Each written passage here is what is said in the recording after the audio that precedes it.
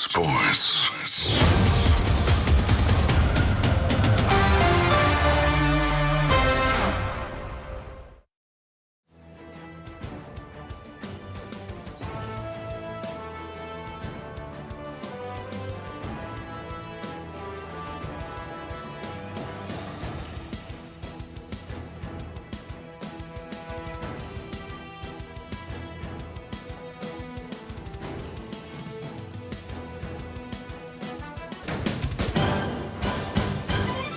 At the tone, the broadcast will begin in 4 minutes, 30 seconds.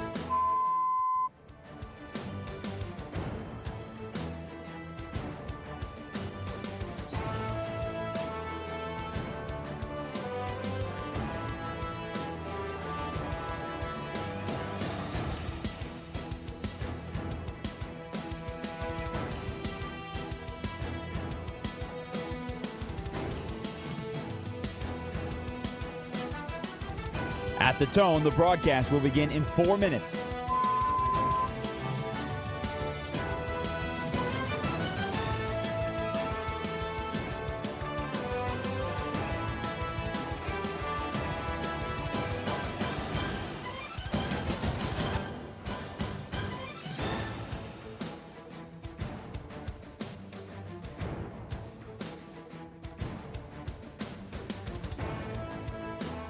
At the tone, the broadcast will begin in 3 minutes and 30 seconds.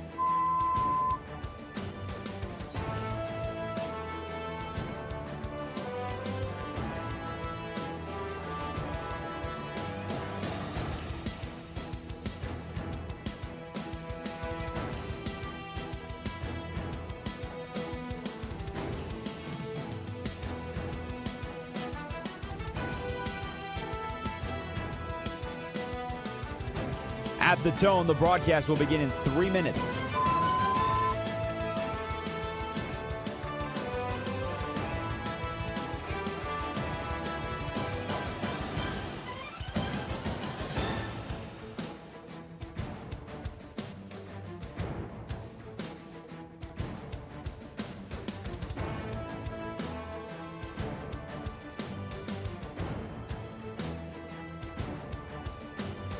At the tone, the broadcast will begin in 2 minutes, 30 seconds.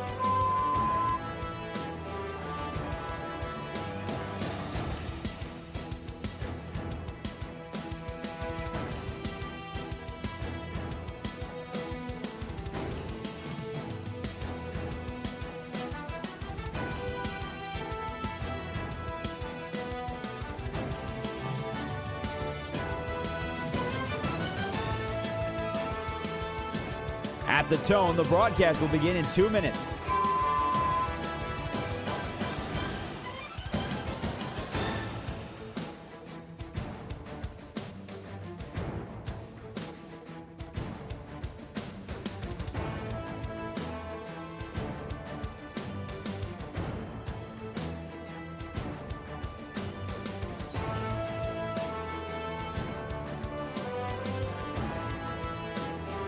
At the tone, the broadcast will begin in 1 minute, 30 seconds.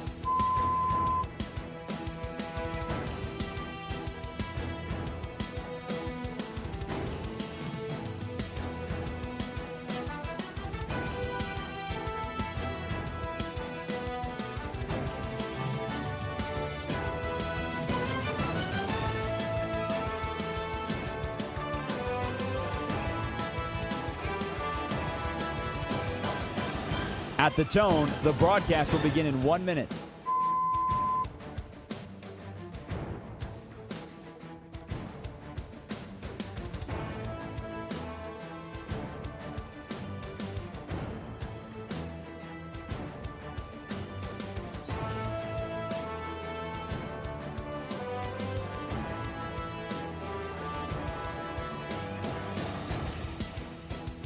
Stations, this is your final time check. At the tone, the broadcast will begin in 30 seconds.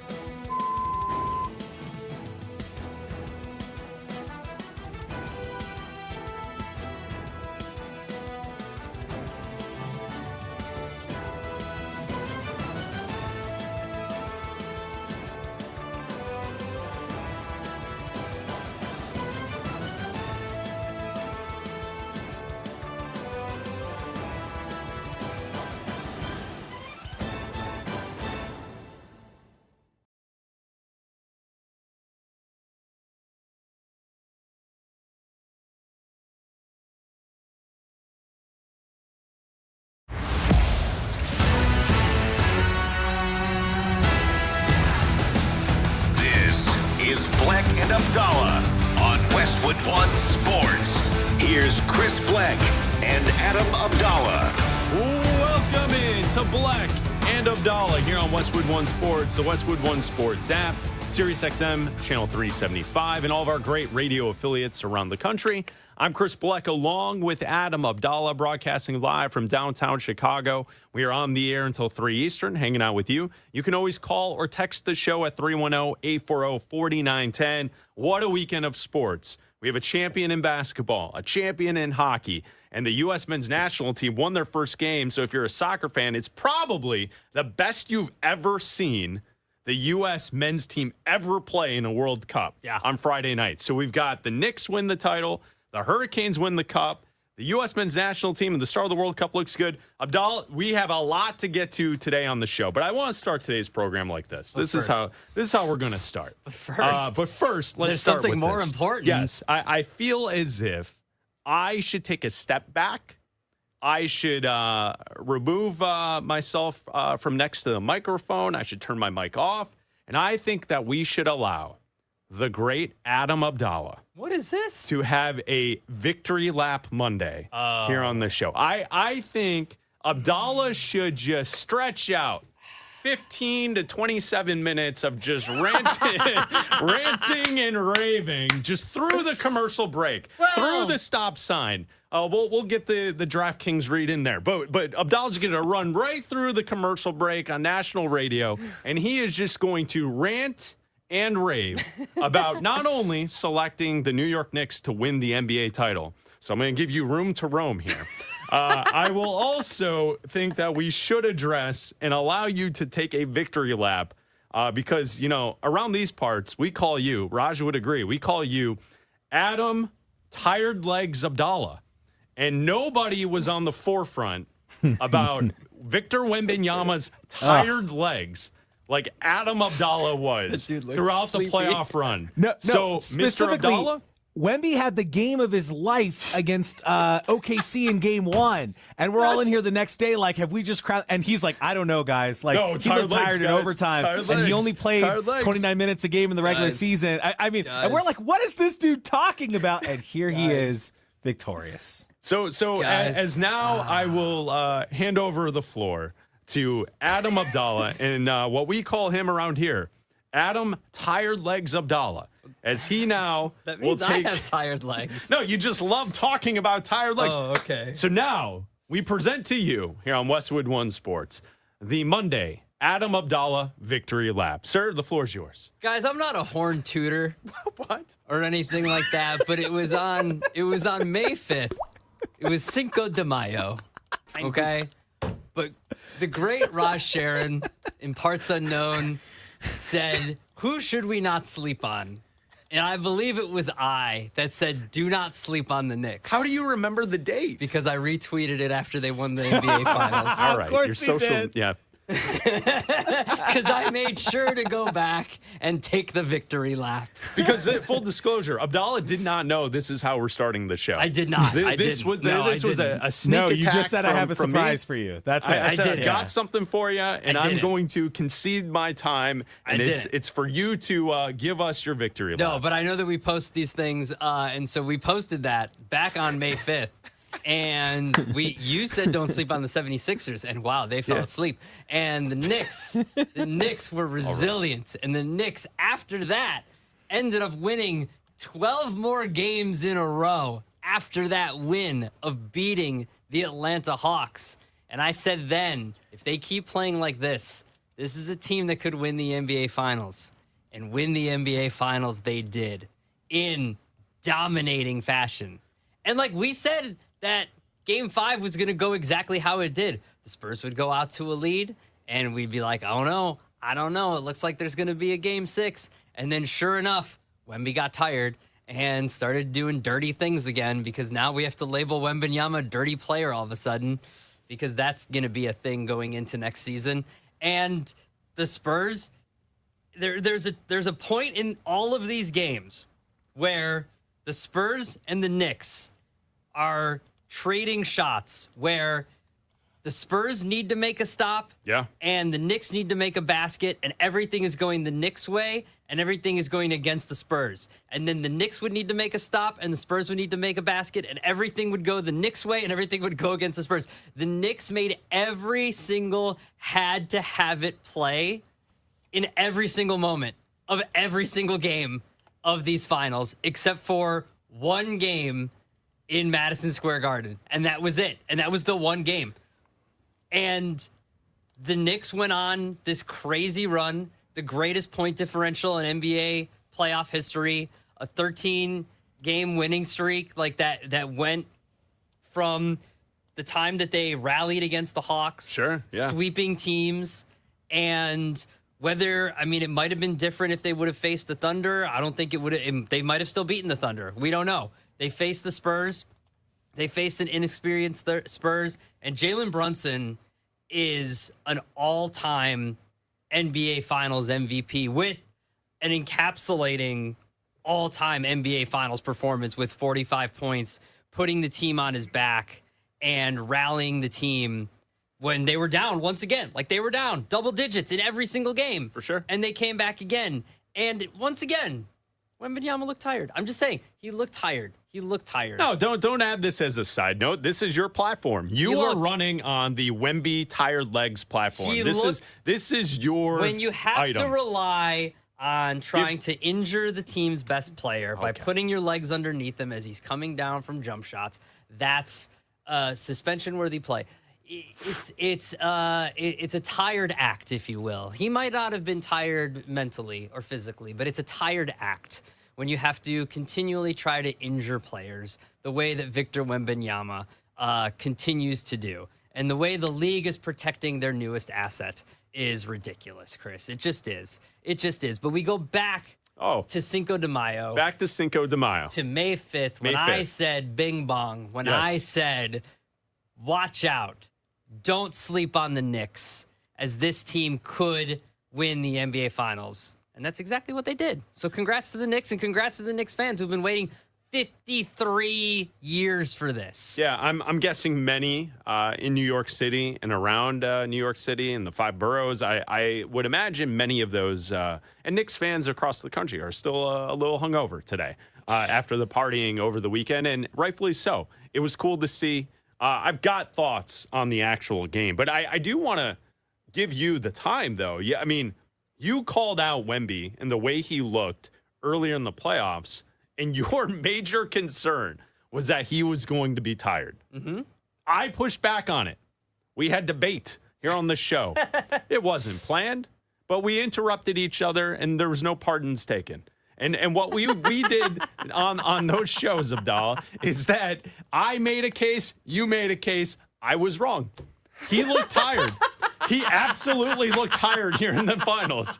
When they got to the fourth quarter of these games, he looked tired and bad in many of these spots. Tired and bad. And you called it. You saw the quivel in the leg. You saw the weak, Bambi-legged Wemby out there.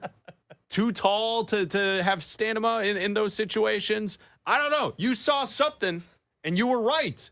I was wrong. Listen, we all can't be basketball savants like I am. Listen, we all can't be. Yes, that's the first thing they say about you. They do. They say ball knower is what they say. Yeah, you know balls. That's for sure. Adam ball knower Abdalla. You know, I know many a ball. You know, yeah, basket. It's what I've heard. Soccer, base, sure, foot, all the balls. Mm-hmm. You know, many of them. So.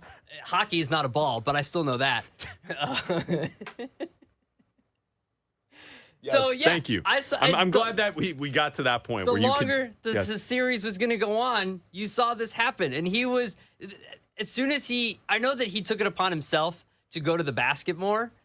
And you saw it later in the games, too, that he was going to the basket more. And the game plan was that they were going to stop shooting threes, that he was going to stop shooting threes.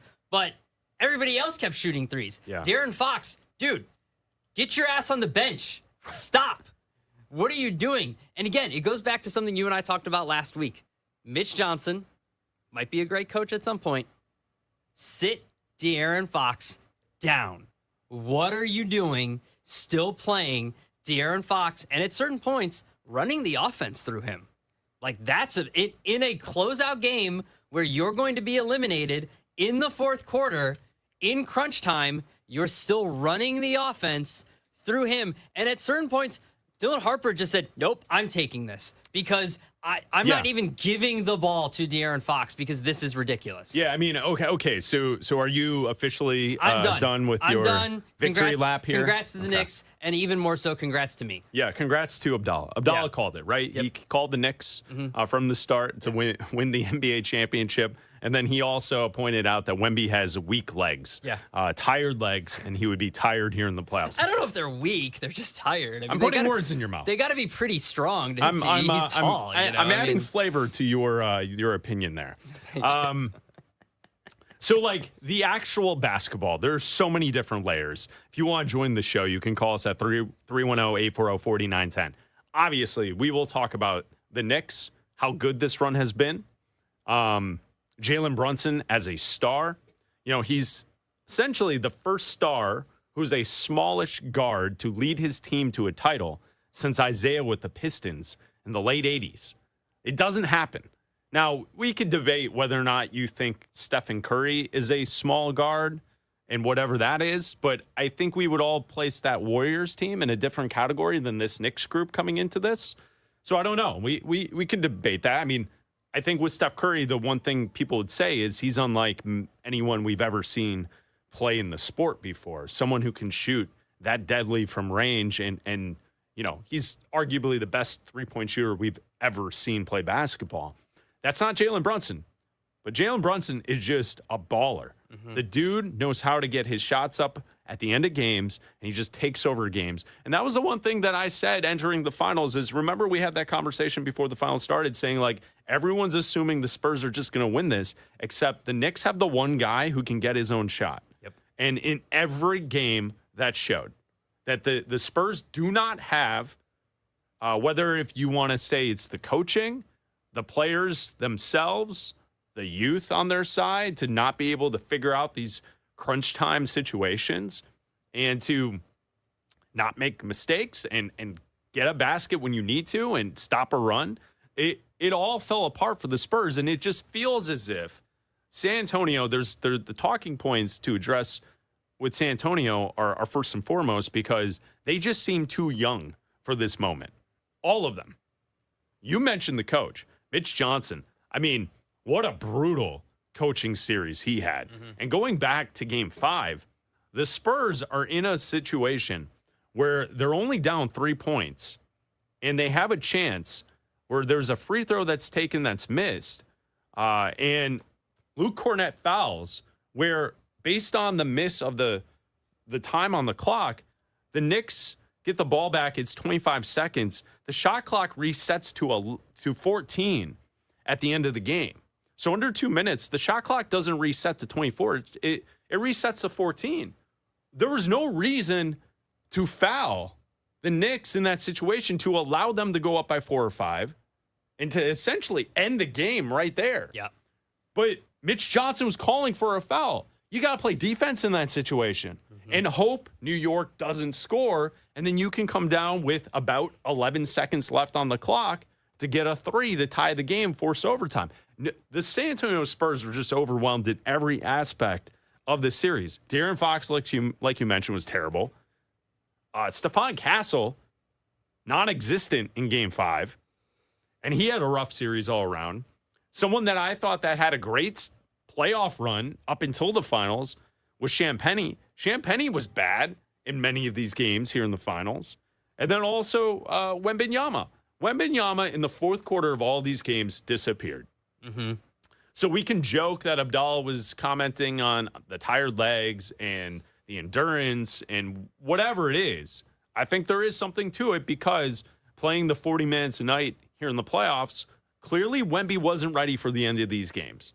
Now, I could also make the argument that because he does not have a go-to move offensively, that when the defense gets tighter, when it gets a little more aggressive, and he can't freewheel and just find his way into the lane and then dunk it over someone, that he needs to come up with a play that he knows he can get in those spots, and he clearly doesn't have that. Is he an outside shooter? Is he a guy that's trying to take other centers off the dribble, many times turning the ball over? Is he a back-to-the-basket type of big? He needs something that you can go to in the final minute and know, okay, at least Wemby can get you 2.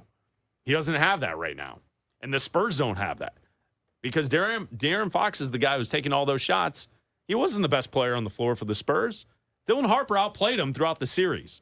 Now, unfortunately for the Spurs in that situation, Dylan Harper in the fourth quarter of Game 5 missed 3 layups, where those baskets usually are what he had rolling in other parts of the game and in other games in this series. So I just think, like, overall, congratulations to the Knicks. It was something that we didn't think would take place. It's cool as hell that they won, and it was a team effort led by Jalen Brunson, who is absolutely awesome. And it was cool. It was a cool end to the NBA season. Yeah, it was. And, like, looking at all of the watch parties going on in New York and all the celebrations afterwards, like, that was cool. That was fun to see. But you're right. Like, this is as much, I think, a story about how dominant the Knicks were, but how unready for the moment the Spurs were as well. And how, yeah, look, it is only Victor Wembanyama's 3rd year in the league. Like, he can get back, and he probably will get back. This isn't some fluke organization, a pop-up organization that never gets back to the finals. This is the Spurs. They've been multiple times. This is a storied franchise that has multiple championships, that they're already the favorites to win next year at plus 250. You know, the Thunder are right behind them at plus 260, but right now on DraftKings, like, right now, the Spurs are the favorite to win the NBA championship. Now, I don't know if they're going to do it as currently constructed. You can tweak some things here and there, but they have to address what they do during the regular season. And you and I arguing about it a few weeks ago, I do think that stretching Victor Wembanyama out during the regular season does add to it. I do think having him play extra minutes during the regular season and having him play these tougher minutes during the postseason, that does add to it. Like, having him only play however many minutes he plays during the regular season, having him sit a lot, well, yeah, maybe that did affect his MVP voting and all that kind of stuff, whatever.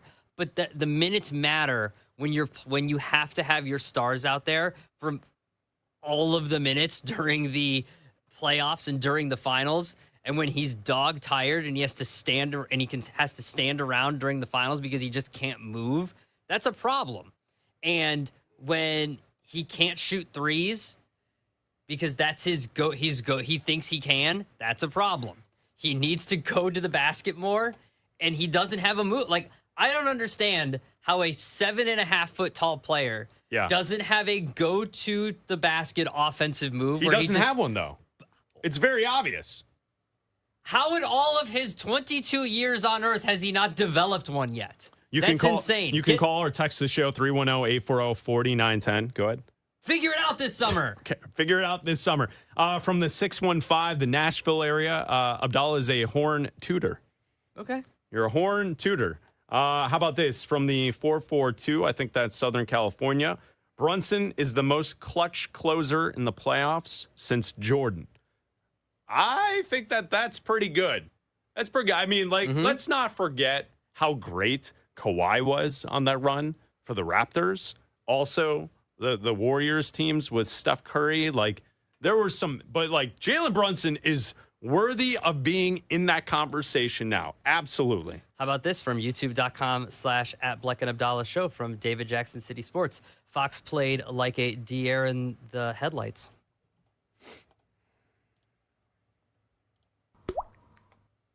I like that one a lot. That's great. That's outstanding. Like a deer in the headlights.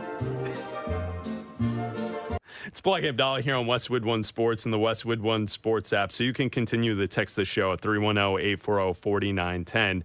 Last week, Texas Tech and Brendan Sorsby, they got a ruling in their favor to put an injunction on the NCAA's ruling on whether or not Sorsby can play and be eligible for this upcoming college football season. The Big 12 has responded. We will give you the latest on that story coming up next.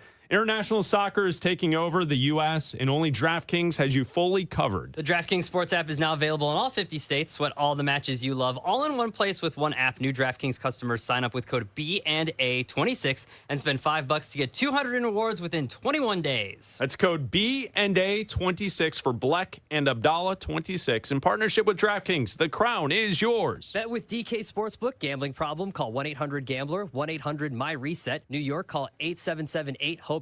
Text HOPE-NY. Connecticut, call 888-789-7777. Visit ccpg.org on behalf of Boot Hill Casino in Kansas. Bet tax pass-through may apply in Illinois. 21 plus, void in Ontario. Event contract trading with DraftKings predictions involve risk of loss. Sportsbook bonus bets expire in 7 days. $50 in predictions dollars issued weekly for 3 weeks, expire in 1 year. Redeem one non-withdrawable reward. Availability varies. Predictions offer void in New York. Ends June 28th. Terms at dkng.co/audio. Patrick Mahomes is the NFL's first $500 million man. The future Hall of Famer has a new deal with the Chiefs worth over $500 million. Coming off major knee surgery, will the three-time Super Bowl champ still have the Mahomes magic to live up to the contract? Westwood One Sports.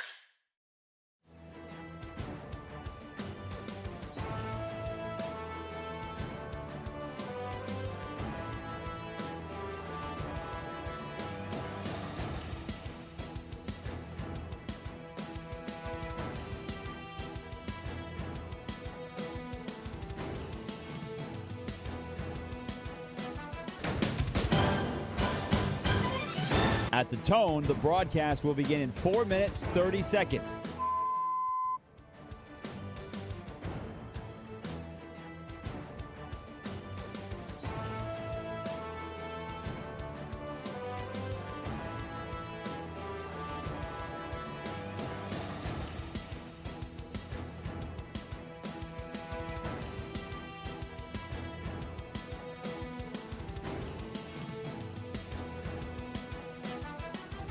At the tone, the broadcast will begin in 4 minutes.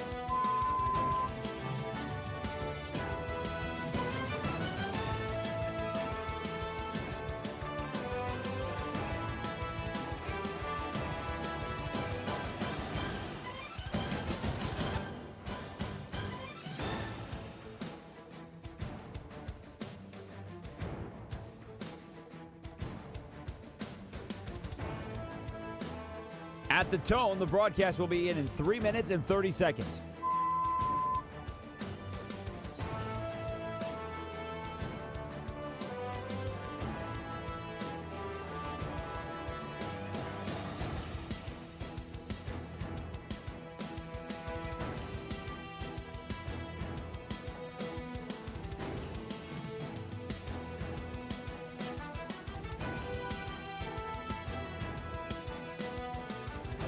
At the tone, the broadcast will begin in 3 minutes.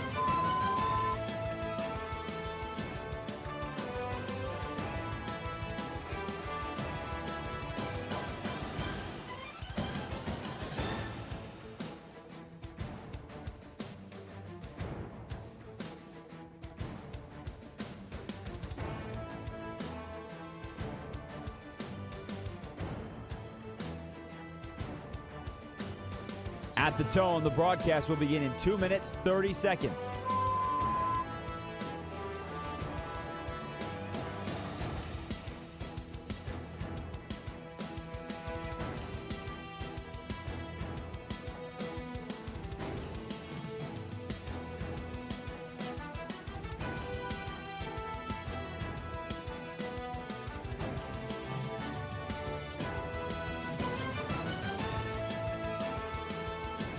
At the tone, the broadcast will begin in 2 minutes.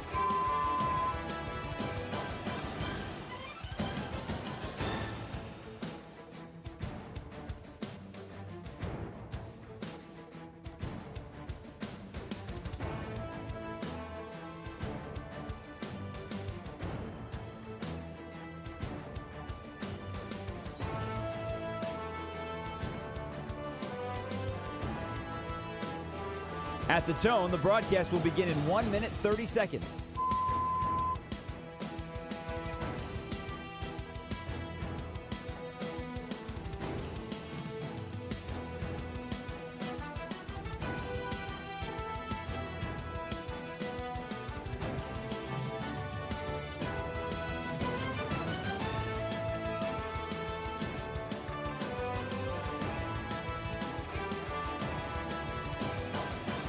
At the tone, the broadcast will begin in 1 minute.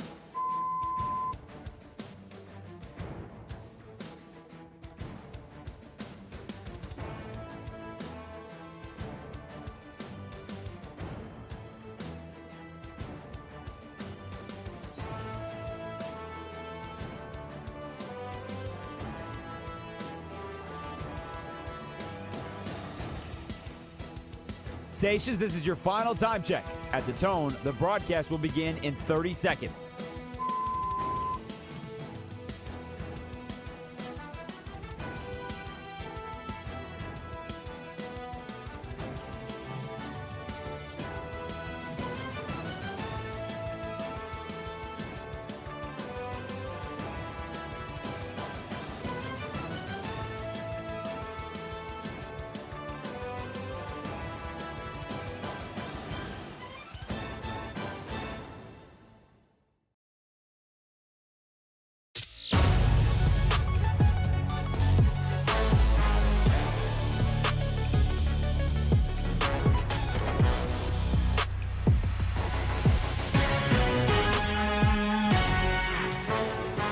This is Bleck and Abdalla on Westwood One Sports. Here's Chris Bleck and Adam Abdalla. Is this a fair statement? Nobody likes Texas Tech. Oh, no, Is that not fair? In college football. Football, does anyone right now, except for Tech, do they like Texas Tech? I'd be careful. Watch your text messages here soon. I'm just saying. Watch your text messages here soon. Is it fair? Why would you say that? Because our boss is a proud supporter of Texas Tech? Our boss is a proud alum and supporter of Texas Tech. He knows this situation. That was Chris. Yes. Not Adam. I'll own that. That was Chris. College football right now today, if you said which team is most hated in college football, I'm guessing many people around the country would say Texas Tech.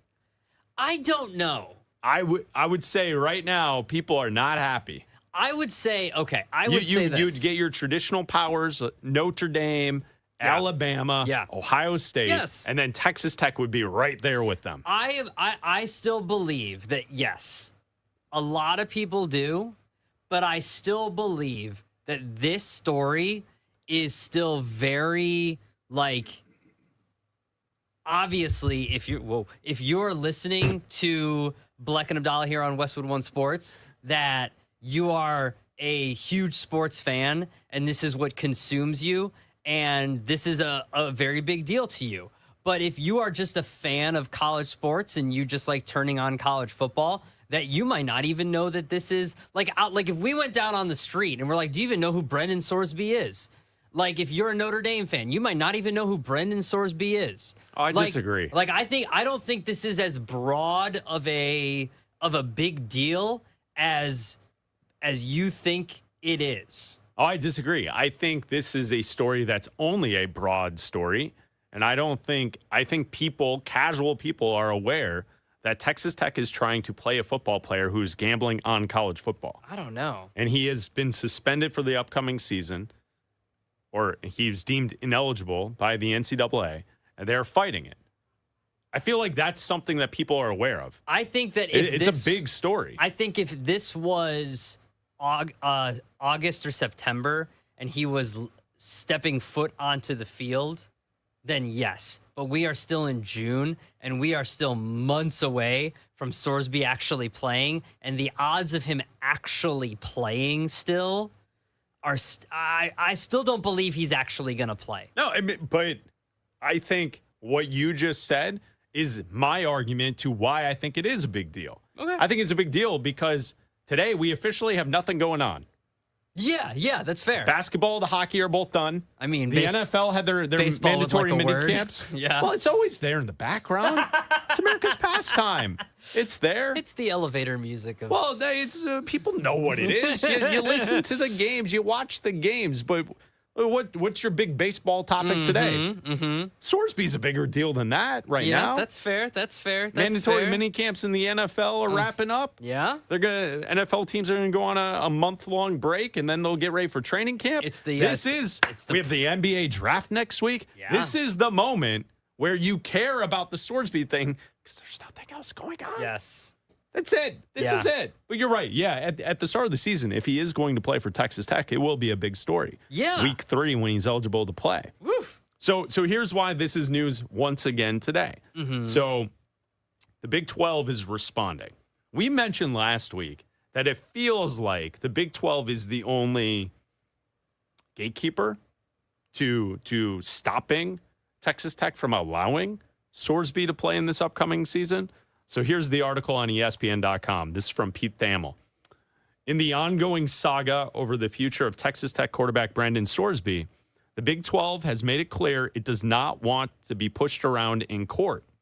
The league filed a federal lawsuit on Monday in the Northern District of Texas, seeking both a declaratory judgment and injunction relief to allow the league the authority to use its bylaws to potentially punish Sorsby. So the legal move from the Big 12 essentially is trying to suggest that Texas Tech and the ruling that took place last week is unlawful, and the Big 12 can still rule in favor of not deeming Sorsby eligible, and then perhaps other punishment towards Texas Tech if they do decide to play an ineligible player in this upcoming season. Okay. So it's more court stuff. Yes. And it's more waiting and seeing. And another element of this story is Sorsby personally has a decision to make in the next week or so. Isn't the supplementary draft for the NFL like the 22nd? Yes, or the 28th or something coming up here in June? Yeah, it so is. It's next 22nd. week. Yeah. So he needs to decide whether or not he's going to try and stick it out at Tech, get his $5 million in NIL, and hopefully play for Texas Tech in this upcoming football season, or enter the NFL supplemental draft and forgo the NIL, forgo his final college season, and just try and make a roster in the NFL where, for most situations, there's not really a spot for him. Yeah. We could cherry pick a couple of spots, a couple of teams that are bad, who don't really have starters, who are hoping to be bad this upcoming season to draft a quarterback next year.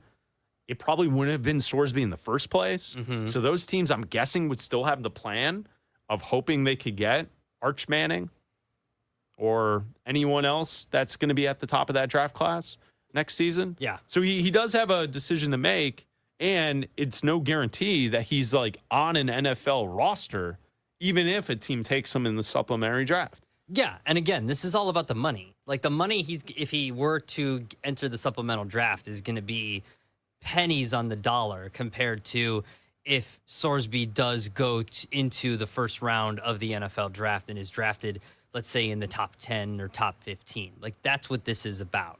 I don't think Sorsby is interested in going to the supplemental draft. Like this court case getting, this injunction or whatever, or this appeal, getting fast-tracked to this week so he could get into the supplemental draft and play.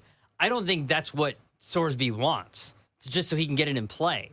I think he wants to go in the first round. This isn't about him going in the supplemental draft. Right. This is about him playing at Texas Tech this year so he can be drafted in the first round. Because it's either, for Sorsby, play at Texas Tech this year or don't play, regardless, enter the draft. Those are the only two options. Play or don't play. There's no supplemental draft. That's not a thing because you're not making any money if you go in the supplemental draft. You're just not. So his talents I mean, whether a scout thinks they can diminish or not over the next year without any play, that's up to NFL teams to figure out.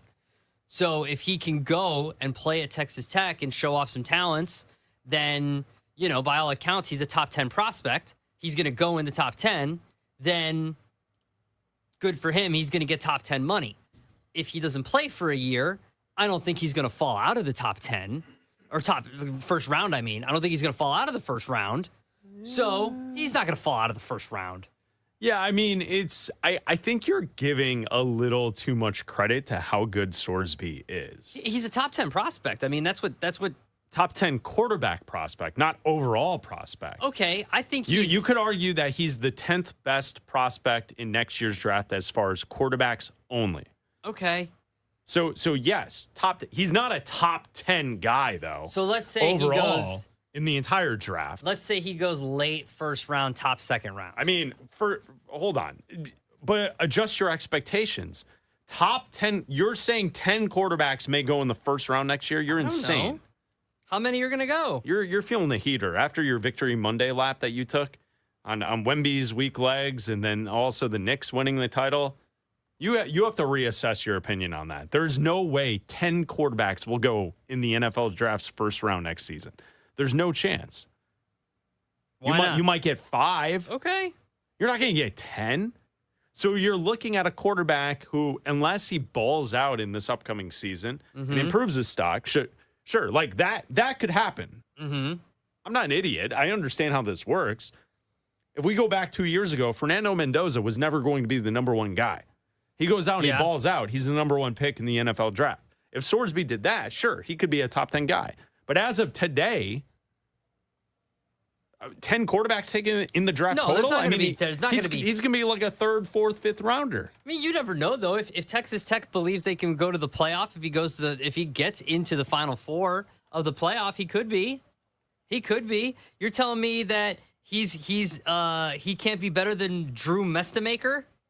But that's not the conversation I'm having. That is the conversation we're having. I'm saying is that if you are, first of all, what I was pointing out is that he is not a top 10 prospect. Drake, he can't be better than Drake Lindsey? I don't know. Quarterback from Minnesota? The guy go out there and play. That's my point. That's what he's trying to do. What about your guy Sam Levitt at LSU? Transferring in with he can't Lane. He can't be better than him? I'm saying what if he's not? Like that's my point. That's my point. 1, 2, 3. You owe me a Coke or something. Isn't that what people say? You can have some of my sparkling cherry Cocoa Celsius. Isn't that what people say when they? He can't be better than Arch Manning. He can't be better than Dante Moore. I'm not saying he could or he couldn't. I'm just pointing out to you that he is. This is a risky proposition all the way around, and for you to assume that he's going to be a first round quarterback, I don't know about that. He's making the case. Guy from Cincinnati last year who didn't win anything. Listen, guy from Indiana who didn't win anything a year ago was in Indiana last year, and then he was the first overall pick in the draft. Right. One had Sig on their side. Okay. Guy from middle of nowhere at LSU for a year is the number 1 overall pick the next year. My point is that if Brendan Sorsby goes... who's that example? Joe Burrow. Oh, please. Educate yourself on Joe Burrow. My point is this. He was Mr. Ohio, and he was at Ohio State, and he transferred to LSU. That is not middle of nowhere. My point is that is like, you couldn't be more tailor-made to being a successful quarterback. I live in Illinois. Ohio's middle of nowhere. I live in Chicago. Ohio's middle of nowhere. What are we doing here? My point is this. If he goes to court, if you read why they're allowing him to play, why the judge said he's allowed to play, it's because he wants to fulfill this and become a first-round prospect and gain whatever tutelage and all this stuff and the camaraderie and the teachings and missing out on the college experience. The college experience and boys will be boys and all that kind of, and hanging out with the bros and all that good stuff. There's no reason why, in his mind, he can't believe he can't be better than Drew Mestamaker and CJ Carr. You have disdain in your voice when you say that. Drake Lindsey and even Dante Moore and even Arch Manning. You're insane. He will not be better than those quarterbacks. Okay. Stamp it. I'm gonna write a letter to myself and put it in the mail for the future. Okay. And it'll be delivered at the end of January. You ain't writing anything. You got tired legs. It's Bleck Abdalla here on Westwood One Sports and the Westwood One Sports app. Hanging out with you. You can call or text the show at 310-840-4910. We had a texter from Jacksonville text the show saying that Spurs Nation wants the Spurs to trade De'Aaron Fox and make Dylan Harper the starter next season, which I think is pretty obvious. I think Spurs players want that. Yes, yeah, they do. Are you kidding me? I couldn't believe the minutes that De'Aaron Fox was playing at the end of that game in crunch time and taking shots. Well, the missing of the shots is what was so egregious from it. Let's go to the 918 in Oklahoma. Text reads, Captain Brunson silencing all those bums in the media who said that he could not lead the Knicks to a title as the lead dog. So all the bums in the media. Take that. I love that. Isn't that great? It. Bums in the media. I mean, it is true. You rarely see small guards lead a team to the NBA title. Yeah. So all the bums in the media are wrong. Yeah, they were. Shout out the 918. It's Bleck Abdalla here on Westwood One Sports and the Westwood One Sports app. Which division in the NFL is the best quarterback division? We got a new list for you, and that's coming up next. A statement to start it off. The U.S. beats Paraguay and gives the nation something to believe in. Is their World Cup run just getting started? Westwood One Sports.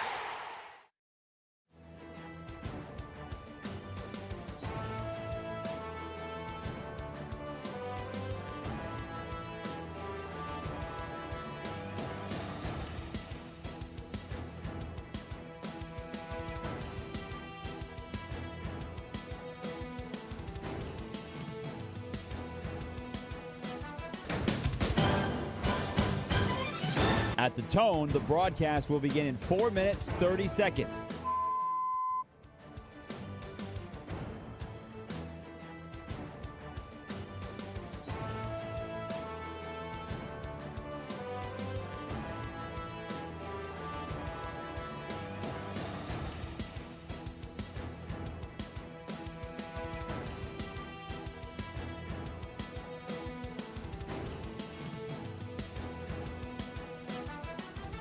At the tone, the broadcast will begin in 4 minutes.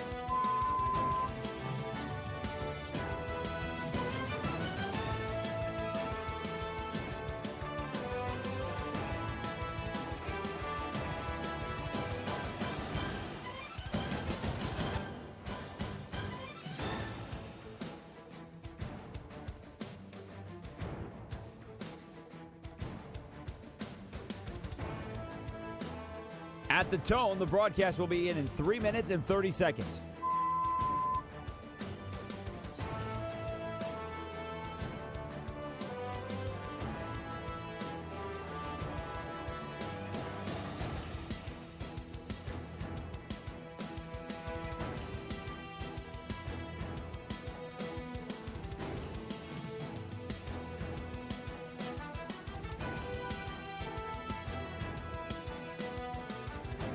At the tone, the broadcast will begin in 3 minutes.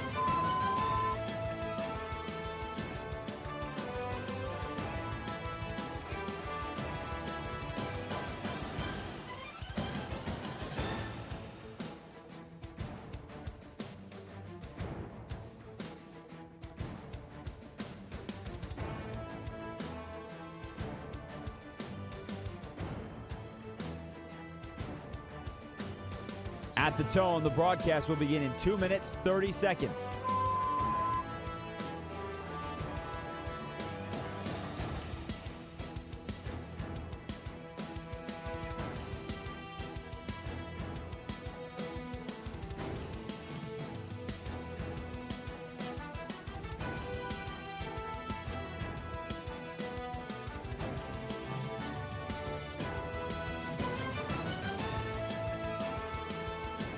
At the tone, the broadcast will begin in 2 minutes.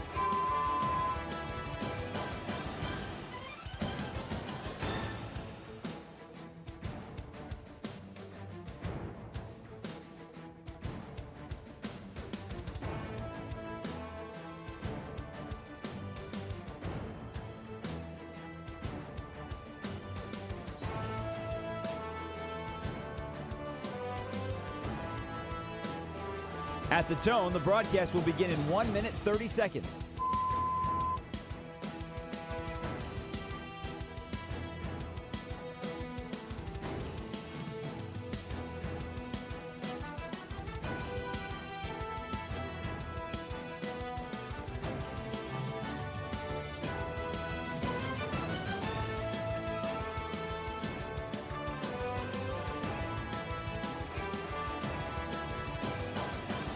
At the tone, the broadcast will begin in 1 minute.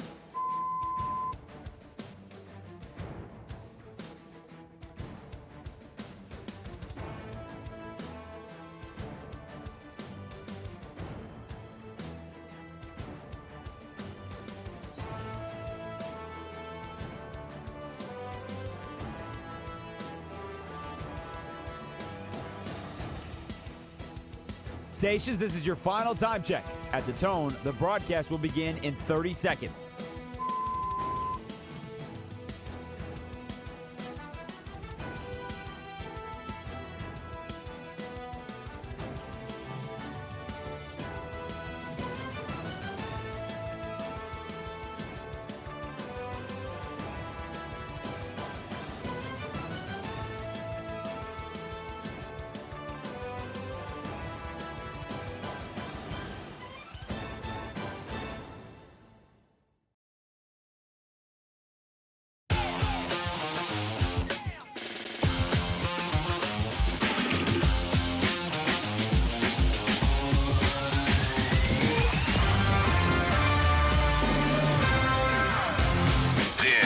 Is Bleck and Abdalla on Westwood One Sports. Here's Chris Bleck and Adam Abdalla. There's an article on NFL.com ranking quarterbacks in each division around the National Football League. And the question is, which division has the best quarterbacks in the NFL? Abdalla, I'm going to let you know on the list, the NFC South comes in last. So you can cross the South, the NFC South, with the Falcons and their quarterback competition, Bryce Young, Tyler Shuck, and Baker Mayfield. They're last in football as far as quarterbacks go, if you take a look at all the divisions. If you had to guess the top three, how would you rank them? Top three quarterback divisions in football. I would probably put the NFC East up there because of Hurts and Dak. That's probably a good combo. Like, everyone's going to have, like, an outlier. And, like, Jaden Daniels. Like, those three. Like, everyone's going to have, like, an outlier. Like, Jackson Dart is probably your outlier there, right? So, Jaden Daniels, Dak Prescott, Jalen Hurts. That's a good combo, right? Mm-hmm. Herbert, Mahomes, Bo Nix, and then whatever the Raiders are doing. Those three, that's a really good combo. Whatever the Raiders are doing. Well, like, I don't know what the Raiders... Is it Cousins? Is it Mendoza? We don't know. So, I think those two are probably the strongest, right? Yeah, I would say so. So the article on NFL.com, the number one division for quarterbacks in the NFL, the NFC West. What? Yeah. No. Stafford, Purdy, Darnold, Brissett. That's ridiculous. That's what they have in number one. No. Number two, the AFC West, Knicks, Mahomes, the combo platter for the Raiders, Cousins, Mendoza, and then Herbert. Number three, the NFC East. So the two that you listed off are in the top three. The NFC East, Prescott, Dak, Hurts, and Daniels. I think the West has to be number one, right? AFC West? Yes, I would go West, AFC West, NFC East, then the NFC West. No. Then the NFC North, then the NFC West. Because the NFC North, Caleb Williams, Jared Goff, Love, and then it's going to be Kyler Murray. Well, I mean, I guess the question would be, how bad is bad to drag down the ranking for everyone? So I was just trying to get a sweet haircut. Mr. Monken, head coach for the Cleveland Browns, because I think the division that the Browns are in, how are we passing up the fact that they have Lamar Jackson and Joe Burrow? Out of any division, that's the best 1-2 punch you can find. Well, who's the list on NFL.com has the AFC North as fifth. Come on now. How bad are the Browns that you have to say that division's terrible? Because Aaron Rodgers can still play a little. So Lamar Jackson, Joe Burrow, Aaron Rodgers, and then whatever garbage Cleveland brings to the table, that shouldn't make you fifth. But again, maybe I'm biased because we broadcast out of the great city of Chicago and we're in this division, but the NFC North, Caleb Williams, Jared Goff, Jordan Love, and Kyler Murray, I'm going to assume some things about Kyler Murray and Kevin O'Connell. Yeah. I'm going to assume that Kevin O'Connell could be good. Is going to get somewhat of the same production that he got out of Sam Darnold. To me, there is like the floor is better than anything you're going to get out of Jacoby Brissett, anything you're going to get out of Cousins and Mendoza, anything you're going to get out of Jackson Dart, and anything you're going to get out of Watson and Sanders. So to me, the NFC North should and maybe could be number one because the floor for all those quarterbacks is higher than anything you're going to get from the outlier of the fourth quarterback of all of those. I agree. Just like when you look at the standings and saying which is the deepest division, every division, like the NFC West, you've got a powerhouse of 3 teams, and then you've got a 3-win team, you know? But the NFC North, you've got like a 12-win team and a 10-win team and a 9-win team and a 9-win team. Like all 4 teams are really, really good, whereas those 4 quarterbacks, the floor on Kyler Murray is going to be they're going to be a 9-win team. They're going to be he's going to be a decent quarterback, whereas Jacoby Brissett's going to be bad. Cousins and Mendoza are going to be bad. Jackson Dart, I don't think he's going to be very good. So I'm putting the NFC North number 1. I think we both agree that the NFL.com ranking of having the NFC West as the number 1 quarterback division, I think it's wrong. It's wrong. I think we both agree that it's wrong. Bleck Abdalla, sponsored by Progressive Commercial Insurance, protecting small businesses with affordable coverage options. Quote today at progressivecommercial.com. Last night, the Carolina Hurricanes won the Stanley Cup. That's right. Here on the show, we've had a competition with our producer, Raj Sharon. Yep. Beat the Raj. And we are making our picks for the Stanley Cup final. That's right. I had the Canes in 6. They won in 6. Look at you. Abdalla, you had the Golden Knights in 6. In 6, the Golden Knights happen. did not win. They did not win. Hey, Raj, at least you picked Carolina to win. I was off by a game. I had the Canes in 5. Canes in 5. How about this? Stanley Cup final. A lot of fun to watch. It was. It was a great Cup final. It was. The games were high impact, lot of scoring, back and forth, a couple overtimes. Mm-hmm. That's what I want to see. That was great. The crowds were outstanding. How about last night? The crowd in Raleigh supporting the team, even though the game's in Vegas. That place looked nuts. Yeah, it is. It was awesome. It was great. It's no New York, but they support their team and the great hockey city. It is no New York. Raleigh. No one ever compared Raleigh, North Carolina to New York. Well, the great hockey towns that are Raleigh and Vegas. But how about this though? How about this? Once again, we get to say, suck it, Canada. Whoa. We have taken your trophy once again. Oh. Well, no gold medals for you. No trophies for you. I know that they were out of it from a while ago, but still. What is he talking about? We once again, the Americans have taken your sport once again, and you're shut out. Not only have we taken your sport, but a Carolina has won your trophy. Man, few things are more American than Carolina. Did you guys get that celebratory selfie from Josh Graham last night? Yes, we did. We saw it. His Carolina Hurricanes. He looked very happy for his Canes. Yeah, he did. He's going to go have himself some parking lot beers. That's what he was going to go have. That's great. So there you go. There's nothing more American than a Carolina winning the Stanley Cup to stick it to Canada. Yeah, yes, it is. They've won it twice. Yeah. 20 years apart. I know. To really stick it to them. So there you go. The Carolina Hurricanes win the Cup final. It's Bleck Abdalla here on Westwood One Sports. What did we learn from this NBA season in the NBA Finals? We'll talk about that coming up next.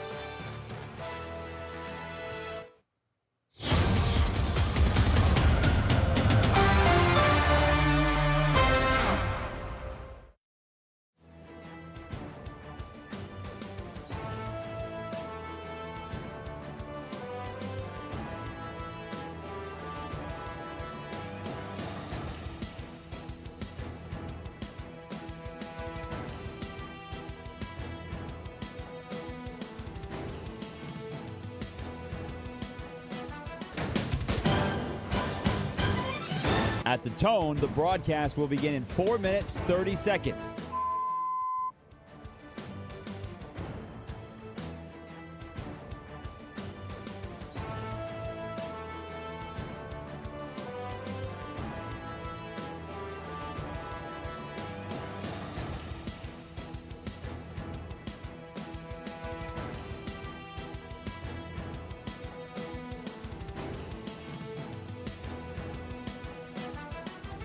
At the tone, the broadcast will begin in 4 minutes.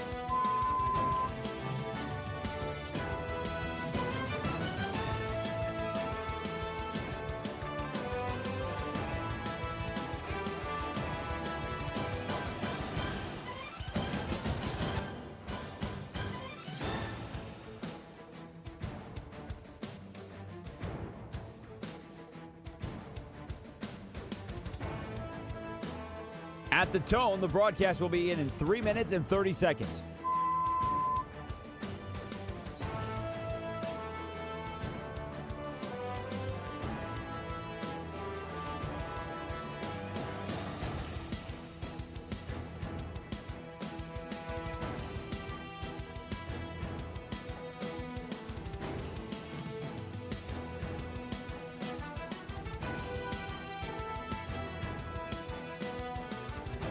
At the tone, the broadcast will begin in 3 minutes.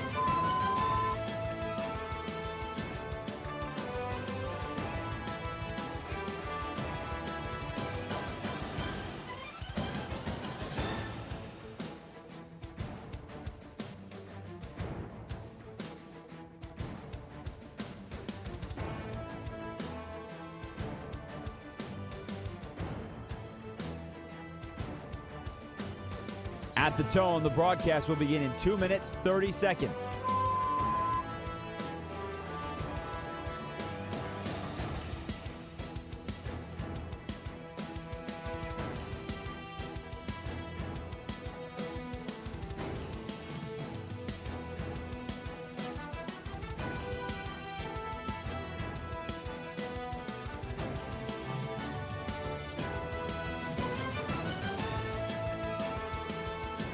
At the tone, the broadcast will begin in 2 minutes.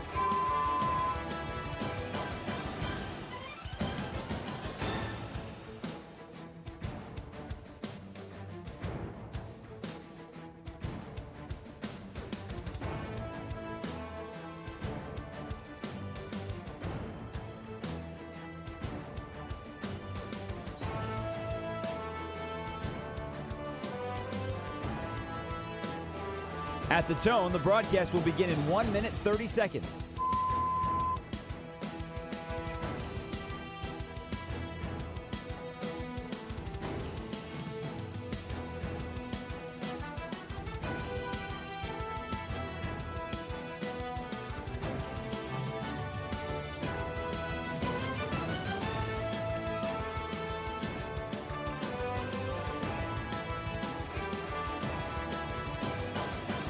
At the tone, the broadcast will begin in 1 minute.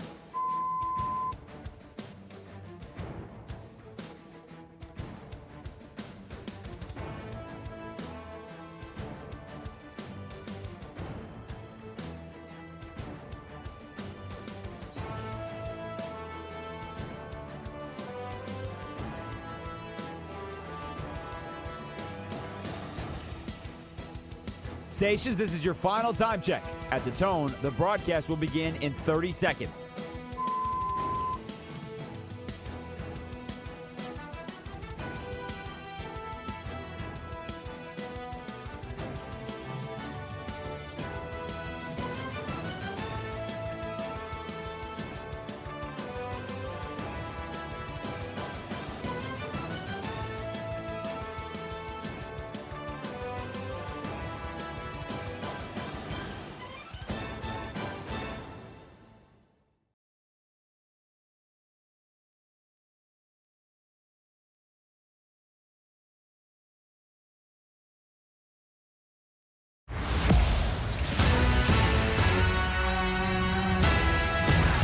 This is Bleck and Abdalla on Westwood One Sports. Here's Chris Bleck and Adam Abdalla. That's right. Bleck Abdalla here on Westwood One Sports, the Westwood One Sports app, Sirius XM Channel 375. All of our great radio affiliates around the country. I'm Chris Bleck along with Adam Abdalla, broadcasting live from downtown Chicago each day right here on Westwood One Sports until 3 Eastern. You can call or text the show at 310-840-4910. The New York Knicks won the NBA Finals, the championship on Saturday night. We had the Carolina Hurricanes win the Stanley Cup final last night. You know, we have the two sports, hockey and basketball, coming to an end over the weekend.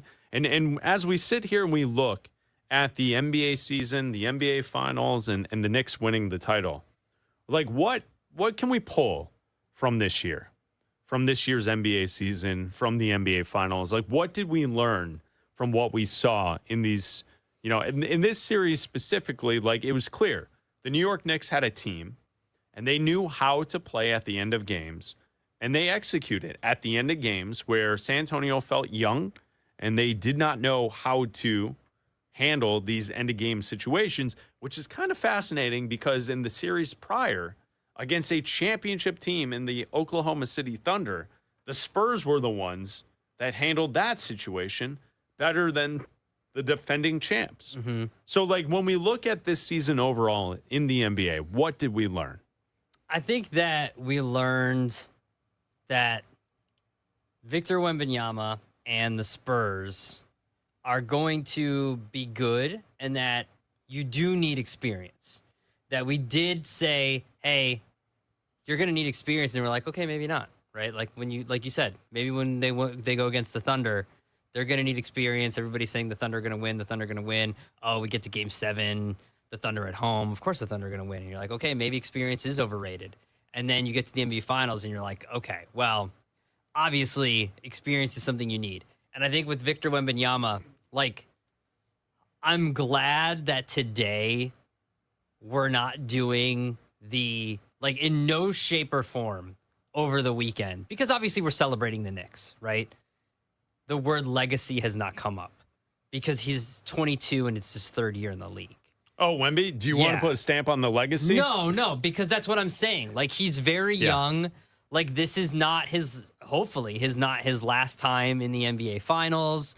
Like, this is going to be a team and a player that goes back to multiple NBA Finals and has a chance to win multiple NBA Finals and has a lot to learn. I think also, he has a lot to learn, specifically his post-game comments. Like, his post-game comments saying that we dominated a lot of this series is something that I think he needs to rethink. Dude, you lost 4-1. He wasn't wrong, though. You lost 4-1. I mean, it comes off as Kenny Atkinson in the series prior, where he said, analytically, the Cavs are beating the Knicks in these series. You lost 4-1. You didn't not dominate for most of the series. I understand you were leading by double digits in every single game, but losing 4-1 does not mean you were dominating for most of the series. Let's take a listen. Here's Victor Wembanyama after the Spurs lost the series on Saturday night, saying that they lost, but the Spurs dominated. Here's Victor. We absolutely dominated for most of the series, but our errors, our mistakes are punished so hard that we can't have ups and downs like this so much, you know. The ups are okay, the downs, it's the reason we lost. I mean, when you listen to the way he spoke post-game while the Knicks were celebrating their championship, how can you disagree with the way that he said that? Blowing a 29-point lead is not dominating. It's not. You blew a 29-point lead. If you're dominating, you win that game. You blew a 29-point lead. You lost the series 4-1. At no point were you winning the series. At no point were you ever winning this series. You lost 2 games at home to start the series. At no point were you dominating the series. You blew double-digit leads in every game.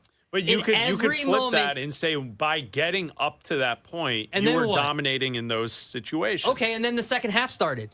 Yeah, and you peed down your leg because you lost in every single game. In every crunch time moment, you went into the fetal position because you can't close out games. You got dominated in every crunch time moment by closers. That's what happened.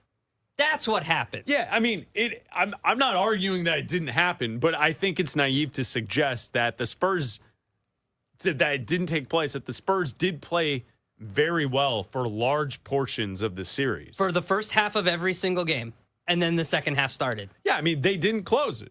No doubt. That's why they lost 4-1. Yeah, and they never won it. They were never up in the series.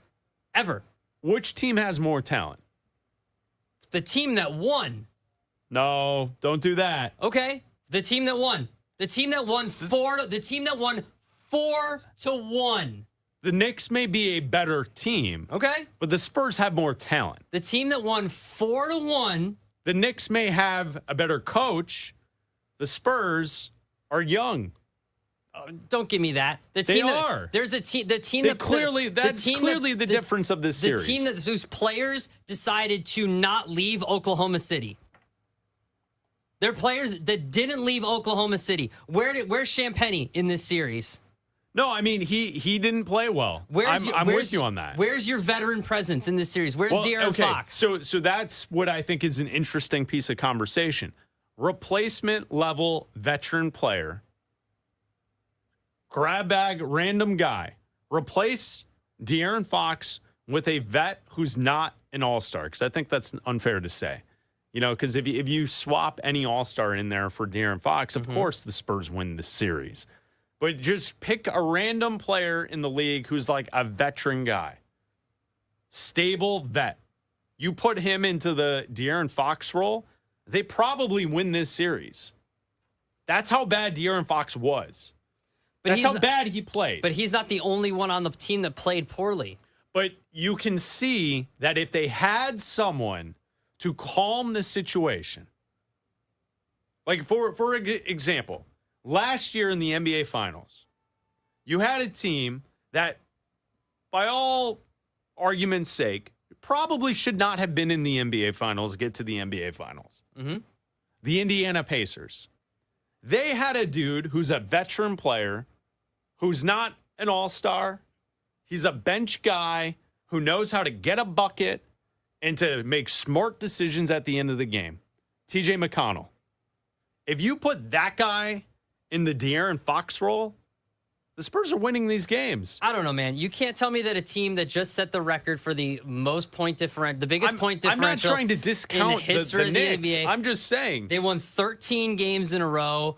You can't tell me that this team isn't talented. They just beat everybody assumed that the Spurs were going to win. Everybody was just like, oh, well, the Spurs are going to win. They just won the Western Conference Finals. Oh, they won 4-1.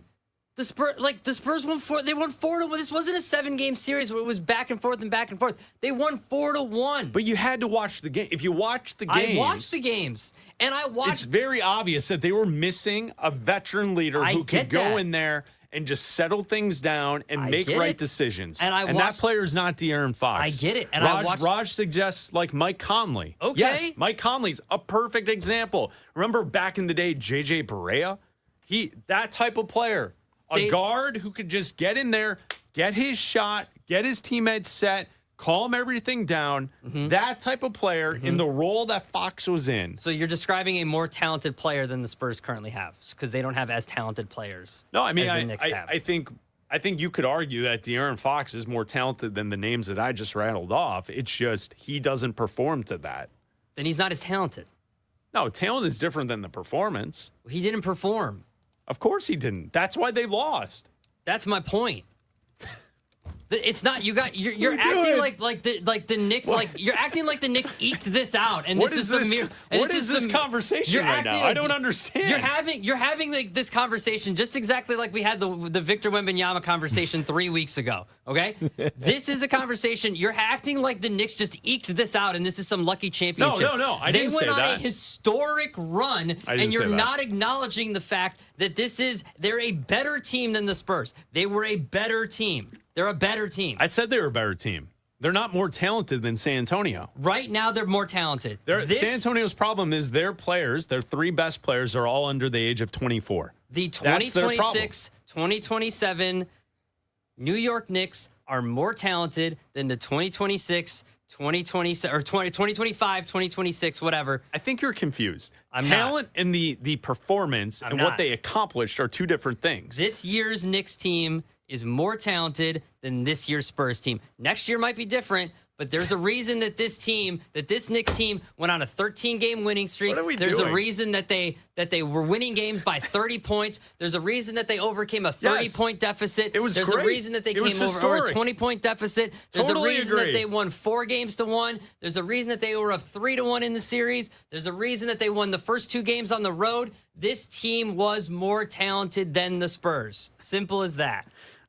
I think we're the definition of talent is being construed here. I don't think so. Hard work beats talent when talent doesn't work as hard. Yes. Thank you, Tim Tebow. Thank you. Timmy you're, Tebow. you're going with that guy on your Timmy side? Tebow. Go right ahead. Oh, he's Because got that guy knows talent. Well, Hard he's work got beats talent when someone, talent doesn't work he's hard. got someone pretty talented on his side. So there you go. Got a problem with that talent, Abdalla? Who, Mr. Met?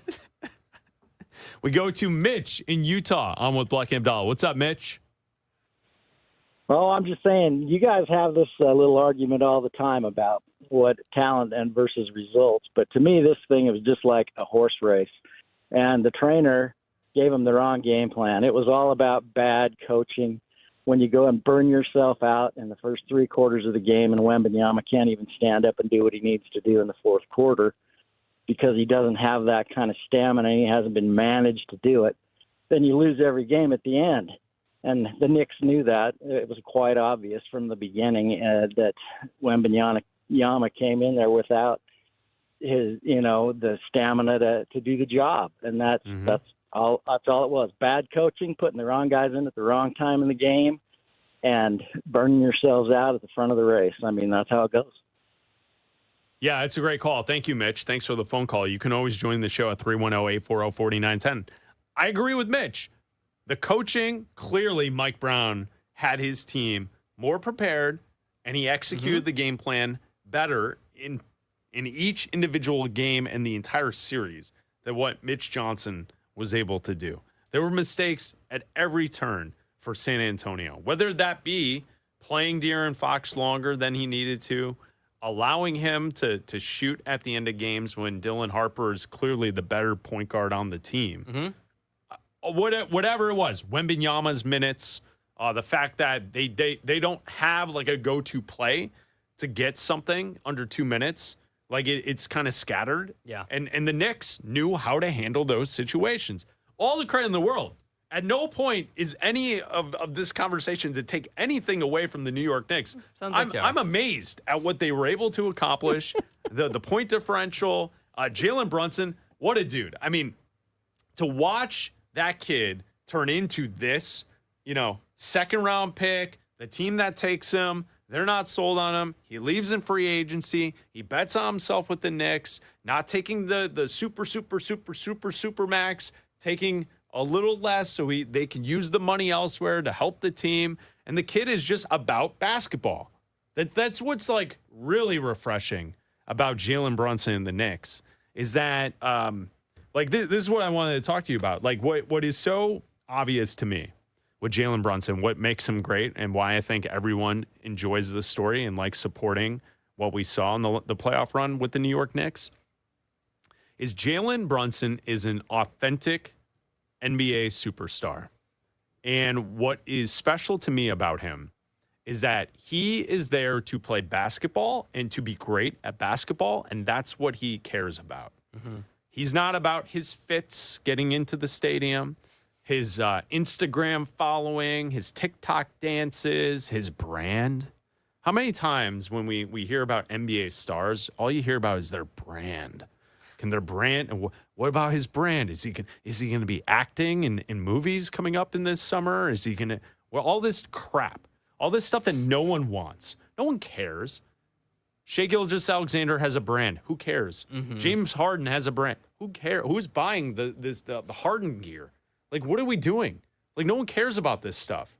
And Jalen Brunson's about basketball, and he wins. Yeah. Like, it's pretty cool that, like, Jalen Brunson, I'm sure, has a signature logo or something. Mm-hmm. It's not thrown in your face every 5 minutes. I wonder if it's cool. It's not about his brand. Like cool. Athletes today, it's all about the brand and his social following and all this stuff that has nothing to do with basketball. Jalen Brunson's about basketball, and he just won a title. That's cool, man. That's really cool.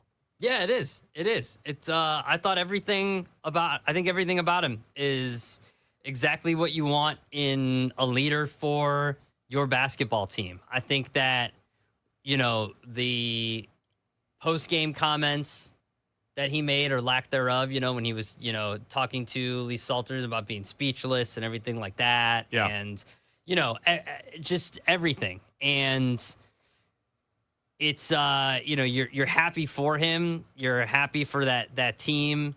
And even though, like, you and I being Bulls fans and, like, the Knicks are traditionally their rivals from when you and I grew up. No, don't give me that label. I hate the Knicks. I hate the Knicks. I hate them. I am a diehard Bulls fan. But I'm happy for... I respect the hell out of what they just accomplished, yeah, though. I feel like... It's pretty cool for New York City. It's pretty sweet. Awesome. It's awesome the way that like... Can't stand the Knicks, though. Hate the Knicks. Bulls fan, but it was pretty cool. Yeah, it's a little bit cool. It's a little bit of jealousy. It's a little bit of jealousy. We had our time. We did. A little bit of jealousy. Listen, no one had it better than us. Nobody did. Imagine being a kid in the 90s. In New York. Living in Chicago. Imagine being a kid living in the 90s living in New York. Yeah, you turn out like Cossos. And being stuffed into a locker for Why do you think Cossos decade. is always yelling? It's because he had to live through the Jordan era. That's why. That's why. He knows. And boy, did he get to celebrate a championship on Saturday night. How cool is that? He did. That's great. Did. I'm happy for him. Yeah, I mean, so like when I look at what I'm going to remember from the NBA Finals and what we learned from this title run, I mean, I think the teams matter. I think we've also entered an era of NBA basketball. You now get 8 different championship teams in 8 different years. So the dynasties have gone away. It does feel like the super teams have also gone away, where if you look at these teams that won championships in these 8 years, 2019, Toronto, 2020, asterisk bubble championship with the Lakers. Take that, Roy. Milwaukee in 21, 22, Golden State, 23, Denver, 24, Boston. Last year, the Thunder, and this year, the Knicks. I do want another dynasty, though. Of course, but I think what... Strays.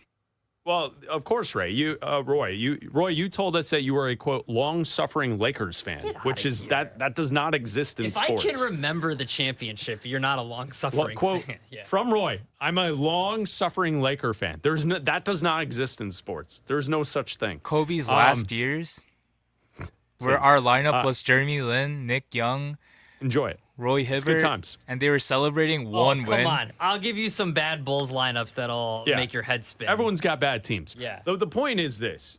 If and when the next dynasty rises up, it will be worthy because we have now been proven in the last 8 years, at least 4 of those teams who have won championships, the conversation after the championship was won was immediately, is this a dynasty in the making? Not this one. And every hot take TV person's yelling about how, they're going to be the team that's going to win championships for the next 5 years. Haven't heard that about the Knicks. How did that work with Milwaukee in 2021? How did it work in Denver? Raj? How did it work with Boston in 2024? And how did it work last year with the Thunder? That's the point I'm making, is that we have moved away from the dynasties, and when one does happen to take place, I think we'll all realize it when it happens. Yeah, I that's the one thing I haven't heard about with this Knicks team.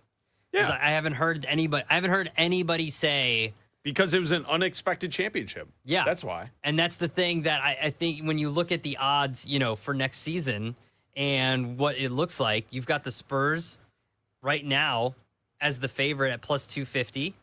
On DraftKings, you've got the Thunder at plus 260, the Celtics at plus 550, and the Knicks at plus 650. Those are the 4 favorites.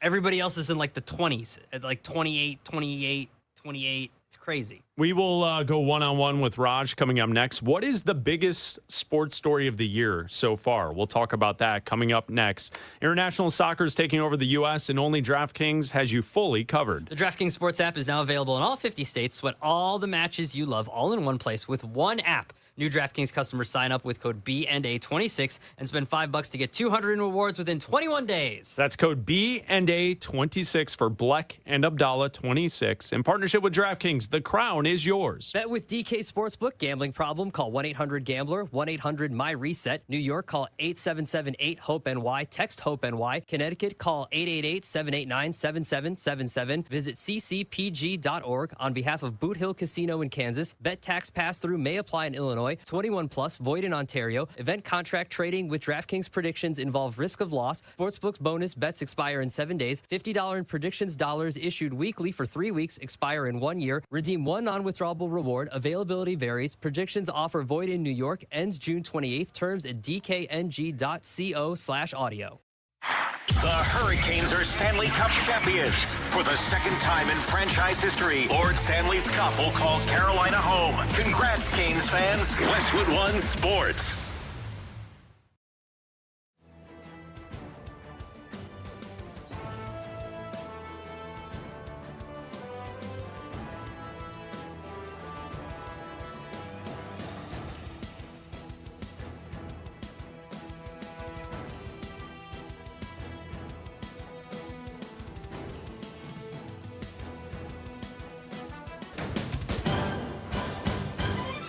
At the tone, the broadcast will begin in 4 minutes, 30 seconds.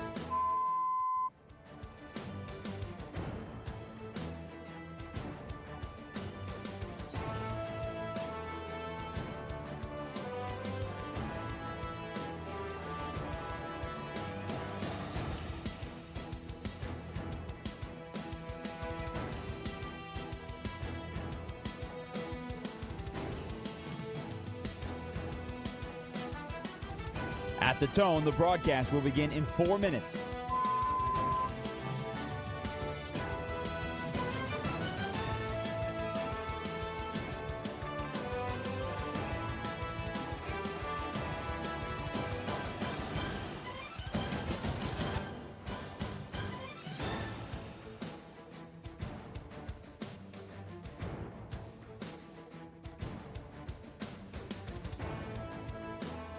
At the tone, the broadcast will begin in 3 minutes and 30 seconds.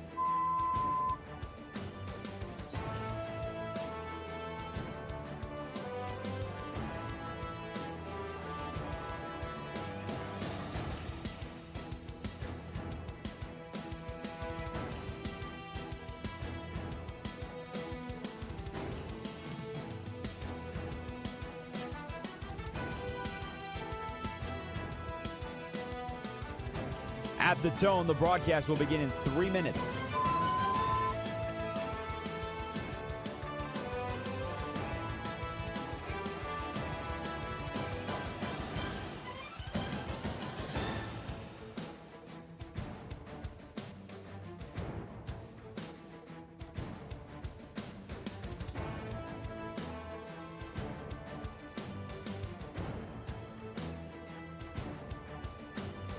At the tone, the broadcast will begin in 2 minutes, 30 seconds.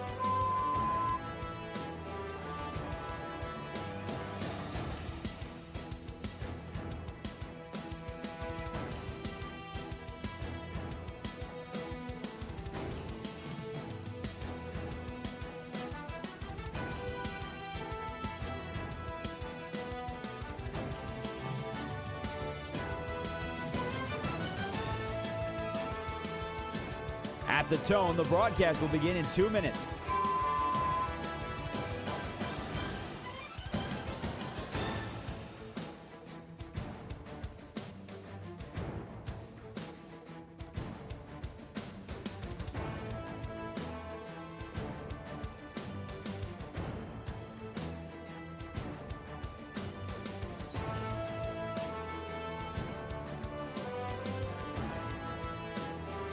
At the tone, the broadcast will begin in 1 minute, 30 seconds.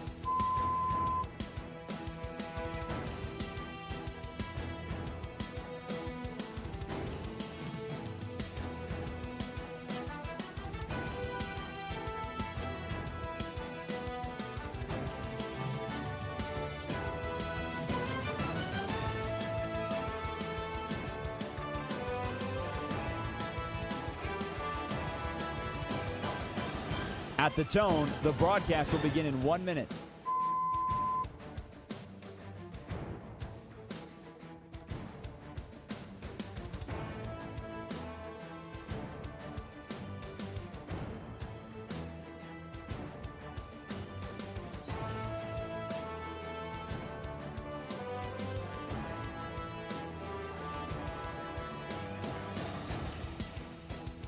Stations, this is your final time check. At the tone, the broadcast will begin in 30 seconds.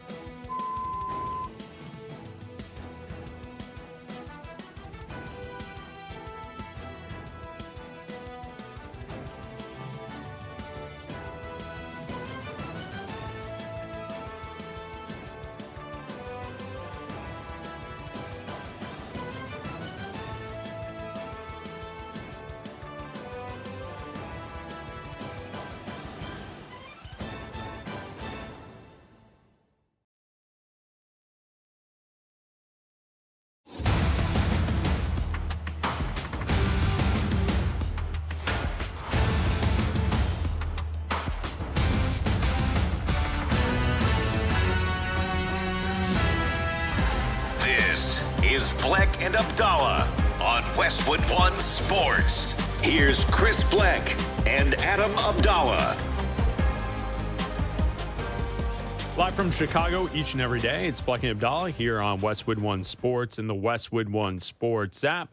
We're in Chicago. Raj Sharon is in Colorado, parts unknown. And the next question comes from the line of Raj Sharan with Westwood One. Please proceed. Please proceed on a Monday, one-on-one time with Raj. What's up, Raj? What's up, Bleck? What's up, Abdalla? Time to go one-on-one. And we start where we just left off over the weekend with the New York Knicks winning the NBA championship. So here's my question for you. The biggest sports story of the year so far. Indiana and Kurt Signetti winning the national championship in football, or the Knicks winning the NBA title? I'm going to go, okay, so it's a fantastic question, Raj. Thank you. I think it's still Indiana football. Indiana football winning the national title in college football is still one of those things that if you told someone 10 years ago that that would take place, nobody would believe you in saying that Indiana would eventually be the team that wins a college football championship. I think it's you could conceive that different teams in the NBA win a title, but Indiana and Signetti and what they were able to do, I still think that's the number one story in sports today. Yeah, it's Indiana still because the Knicks were still in the mix because they went to the conference championship last year, and if you looked at their preseason odds, they were still up there to be in the finals mix. So it's still Indiana, and I also think there are two stories that would make it, that would beat Indiana, I think, this year. I think if Sorsby actually plays this year, I do. No, if a player that has bet against his team, that's the thing. I think that's the key here. He bet on unders of his team. I know. Like, that is against his team. Like, people are saying he bet on his team. No, rephrase. He bet against his team. He bet on outcomes, negative outcomes of his team. And also, given the outcome that we saw the other night for the U.S. men's national team, if they get to, like, the Final Four... Oh, okay. All right. Like, so, I'm not saying they're going to win. Like, I've got realistic expectations for the U.S. men's national team. They're not going to win the World Cup. Like, I get that. But if they got to, like, the Final Four, like, that's pretty big. Like, that's up there, man. Like, that's... Yeah, I mean, I understand what you're saying. I thought you were going to go another direction with the team, that if they won their championship, it would be the biggest story in sports. But I don't know how you guys want to technically clarify this year. Are we adding the NFL and the Super Bowl to this? No, the Super Bowl would count for this year. When I wrote it, like, I thought 2026 calendar year. Okay, is what I thought. So going back to January. Yeah, so like the team that could win the Super Bowl this upcoming season. Yeah. So it'd be, for the question, it'd be next year. if Buffalo wins a Super Bowl, that's going to be a big So that deal. would be the next suffering fan base, because that's the first thing it would I be thought. Buffalo. I was thinking about this yesterday. The next like if you're thinking about like suffering fan bases, like Indiana, New York, and then Hold on, Indiana wasn't long suffering. They were just the worst. They were the worst, yes. So New York, the next one would be like if the dominoes are falling that way. The next one, like Buffalo's winning the Super Bowl this year. Like that's the next one, is having to go on all those Super Bowls and losing, and then like Buffalo's winning the Super Bowl this year. That's happening. All right, next up, guys, real simple question. Bleck, the Knicks won the championship, or the Spurs lost it? I'm going to say the Spurs lost it. I agree with Wemby's assessment. They did dominate large portions of these games, and give credit to the Knicks for pulling them out in the end. But I feel like the mistakes made by San Antonio led to the Knicks taking advantage of those mistakes and why the Knicks won this. We can point to every single game that San Antonio lost and the mistakes that they made. They were good enough to win this title, and they have better players. They really do. They made the mistakes. The game is about the mistakes or the plays that you make. So give credit to the Knicks. But I'm going to say that, Raj. I'm going to go with that. I think San Antonio made the mistakes. The Knicks won it. The Knicks won 4-1. This wasn't ever a back and forth. The Knicks won 2 games on the road. The Knicks came back from a 29-point deficit at one point. The Knicks had the Spurs in the fetal position at the end of every single game. The Knicks had everybody performing at a high level. The Knicks won these games. They made every single play when they needed to in crunch time. The Knicks won this finals. The Spurs lost. They did win it. Correct. Yeah, I agree. The Spurs Bonus lost. question. What would 1995 Adam Abdalla think hearing 2026 Adam Abdalla glaze the New York Knicks? I mean, he would be upset, probably. But he would know that the Bulls had 6 rings, so I think he'd be all right. There we go. All right, next up, Abdalla. The Oklahoma City Thunder with our flopping friend Shai Gilgeous-Alexander would or would not have given the Knicks a tougher series than the San Antonio Spurs? I think they would have. I think they would have given them a tougher series just because of the experience factor. I think that they, the rest, it depends on if Chet Holmgren would have actually shown up for this series. But I do think that SGA does have a little bit, obviously he's got more experience. I think that the rest of that team around them, Alex Caruso's got more experience. All these guys are built a little bit differently than the Spurs. They're all very, very young. The Spurs are. So I do think that they would have given them more, I don't think the Thunder are blowing a 29-point lead in crunch time. So I think that they would have given them more of a series. Yeah, I agree. I think the Thunder would have, because we know the outcome, right? We also knew heading into the series, either team in the West we assumed was going to win the title. So I think if you slot in there the Thunder, yeah, Abdalla's right. And also, there's a name that needs to be mentioned. Do you guys think, honest answer, if Alex Caruso was a part of any epic collapse, do you think Alex Caruso would be a player that wouldn't go make a play to end a run, to D up Brunson, to go get that bucket? Caruso is the type of player that the Spurs were missing. Yeah. If you replace Caruso with De'Aaron Fox, the Spurs win the title. He's more talented than what the Spurs had. Caruso looked at Wemby. You want to call that a dirty play? I'll show you a dirty play. Let's take Brunson out the real These are dirty plays, my friends. I will teach you how to play dirty. All right, guys, over to soccer. Bleck, the U.S. men's national team win over Paraguay was just one win or a sign that big things are to come for American soccer? I want to say both. I know you want to but you're not allowed us down to. and give one answer. Yeah.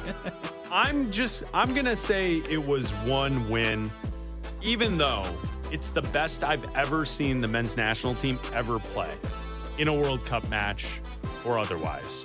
And it is very clear now that we are watching a team where 15 of the players on the squad all play in the top 5 leagues in Europe. So we have players who are playing on major clubs in Europe who are now coming together, and they've been together for a few years, and this is a second cycle for the World Cup for some of these players like Tyler Adams and Pulisic and others, and in Weston McKennie. And you can see the trust they have in each other.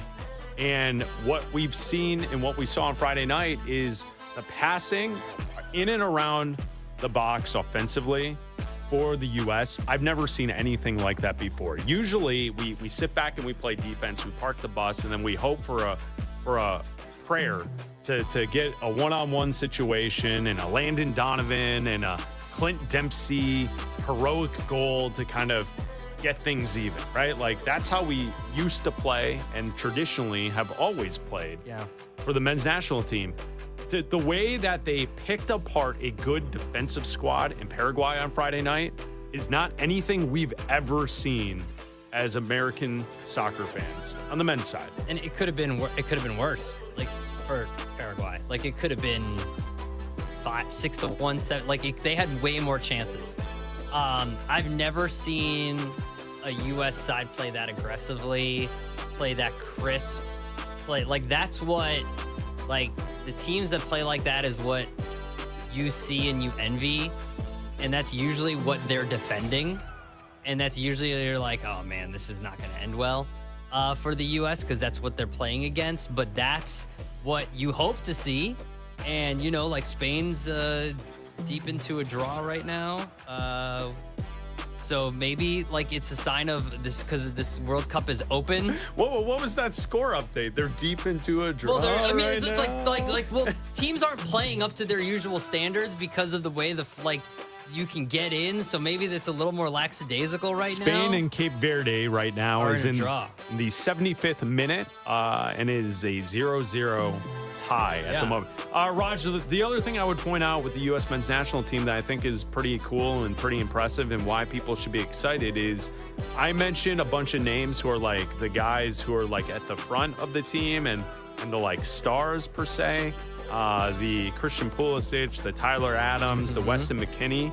But in the game on Friday night, we saw Alex Freeman for it's his first World Cup game be unbelievable, lights out as a defender. And then also Chris Richards has been incredible. Did you guys see the stat that Chris Richards completed every single pass? Yeah. Like 83 passes, 100% accuracy in the contest. And Anthony Robinson also, like all 3 of them were great. And now we're talking about depth and players who are also playing on big clubs around the world that are making an impact. So it's cool. And to answer your question, Raj, like, I don't know if we could say that this is the moment that it all turns for American soccer because you got to win. We will support a winner. I'll tell you what, I don't think any of us have ever seen what we saw on Friday night. And I can't wait for Friday, this upcoming Friday, 2 o'clock Eastern, or I think 2 or 3 o'clock. It's an afternoon game against Australia in Seattle. It's going to be awesome. Oof. All right, guys, and finally, we're not going to be prisoners of the moment here, Abdalla, so I'm going to preface this question with you have to look 5 years into the future. All right, so 2031. It's 2031. We are at a we're at a swanky A-list New York City restaurant, all right? There's one table left in the joint, and basically every big New York athlete, past and present, they all show up wanting that table. Jeter's there, Aaron Judge is there, Rivera's there, LT's there, Eli's there, Jackson Dart's there. What's up, what's up, what's up? Patrick Ewing is there. You can choose any of them. Do they get that table, or does it go to Jalen Brunson? Who gets the table, Abdalla? I saw something this weekend. I think it was either on Instagram. I think it might have been Twitter. That New York is. Yankees fans have always hated Mets fans, and Mets fans have always hated Yankees fans, and Giants fans have always hated Jets fans, and Jets fans have always hated Jets fans, and Jets fans, Giants fans. Knicks fans have never had anybody. So it's Jalen Brunson. Well, it's Ewing. It's Jalen Brunson. Ewing didn't win anything. It's Jalen Brunson. Jalen Brunson gets that table. Who gets Jalen the Brunson table, is Bleck? the king of New York. How about Willis Reed? Jalen Brunson is the king of New York. To answer your question, Raj, I will go with number 2, Jeter. Yeah, it's number 2. It's probably Jeter, but I'm going to go Derek that Jeter. 5 years from now, It's Derek Jeter. It's probably somebody waiting those tables is probably someone who's like 18, 19 right now, who's probably a prisoner of the moment right now, and that person is going to give Jalen Brunson that table. Not Scatabo. Scatabo doesn't get the table. You know, we're not projecting out. Scatabo Jackson Dart doesn't get the table. What's up? Scatabo and Dart are waiting. Tables. They're waiting. Oh, come on, Abdalla. That's not right. That's not right. Man, with the salute. Oh, wow. That does it for one-on-one today, fellas. Wow, Thank you. Raj. How about that? Jeez. Abdalla's going after Jackson Dart and Cam Scatabo. We're sponsored by Progressive Insurance. Save on commercial auto insurance from Progressive. Get a fast quote at progressivecommercial.com.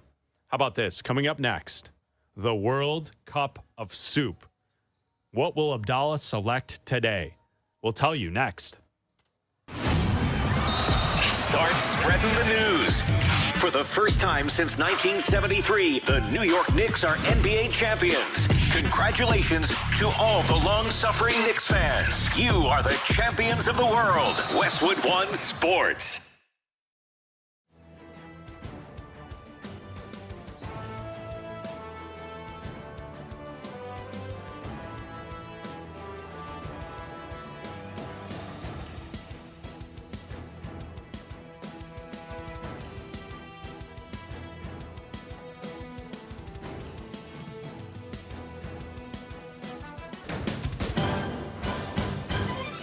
At the tone, the broadcast will begin in 4 minutes, 30 seconds.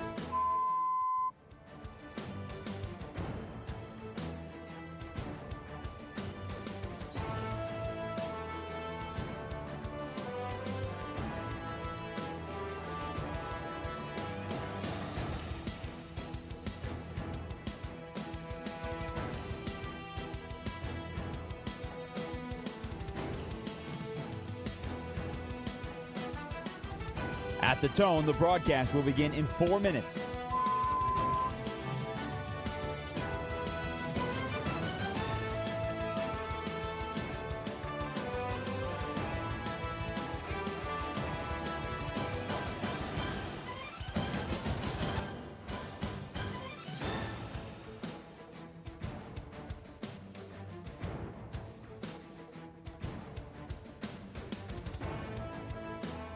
At the tone, the broadcast will begin in 3 minutes and 30 seconds.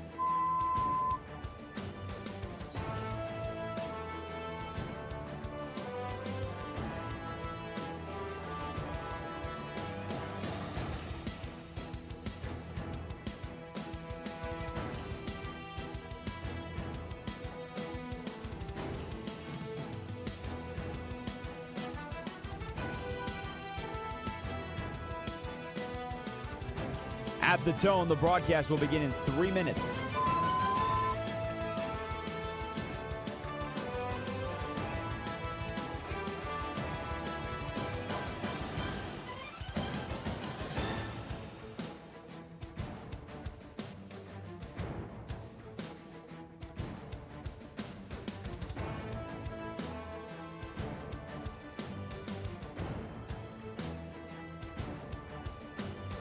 At the tone, the broadcast will begin in 2 minutes, 30 seconds.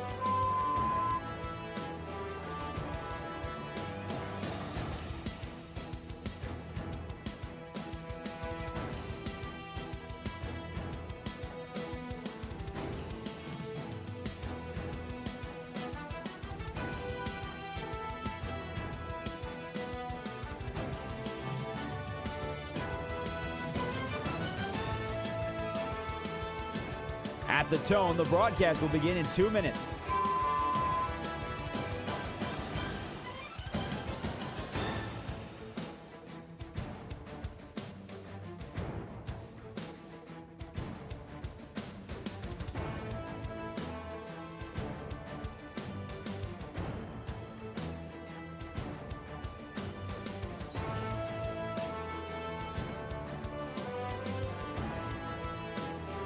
At the tone, the broadcast will begin in 1 minute, 30 seconds.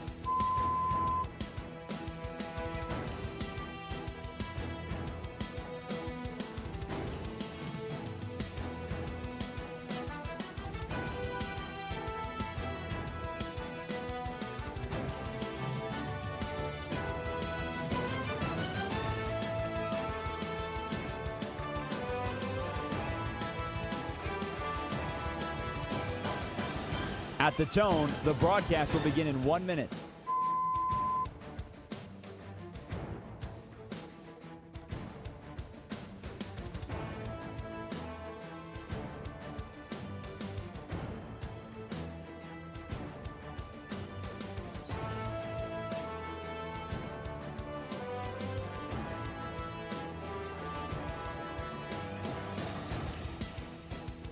Stations, this is your final time check. At the tone, the broadcast will begin in 30 seconds.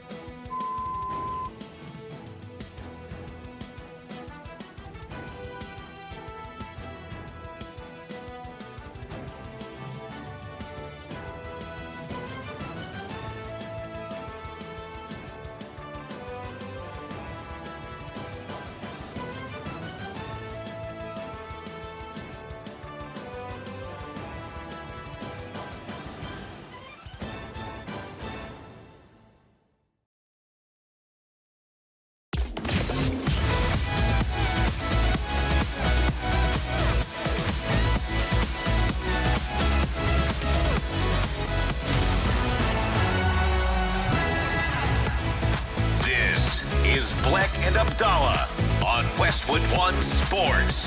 Here's Chris Bleck and Adam Abdalla. That's right, Bleck and Abdalla hanging out with you until 3 Eastern here on Westwood One Sports and the Westwood One Sports app. The World Cup's taking place, group stage. We were just moments ago talking about the U.S. and their win on Friday night against Paraguay. What a great effort by the U.S. men's national team. Their next match will be on Friday. Today, there's action already taking place in the World Cup. Spain is in a fight. They're in the 86th minute, 0-0 match against Cape Verde.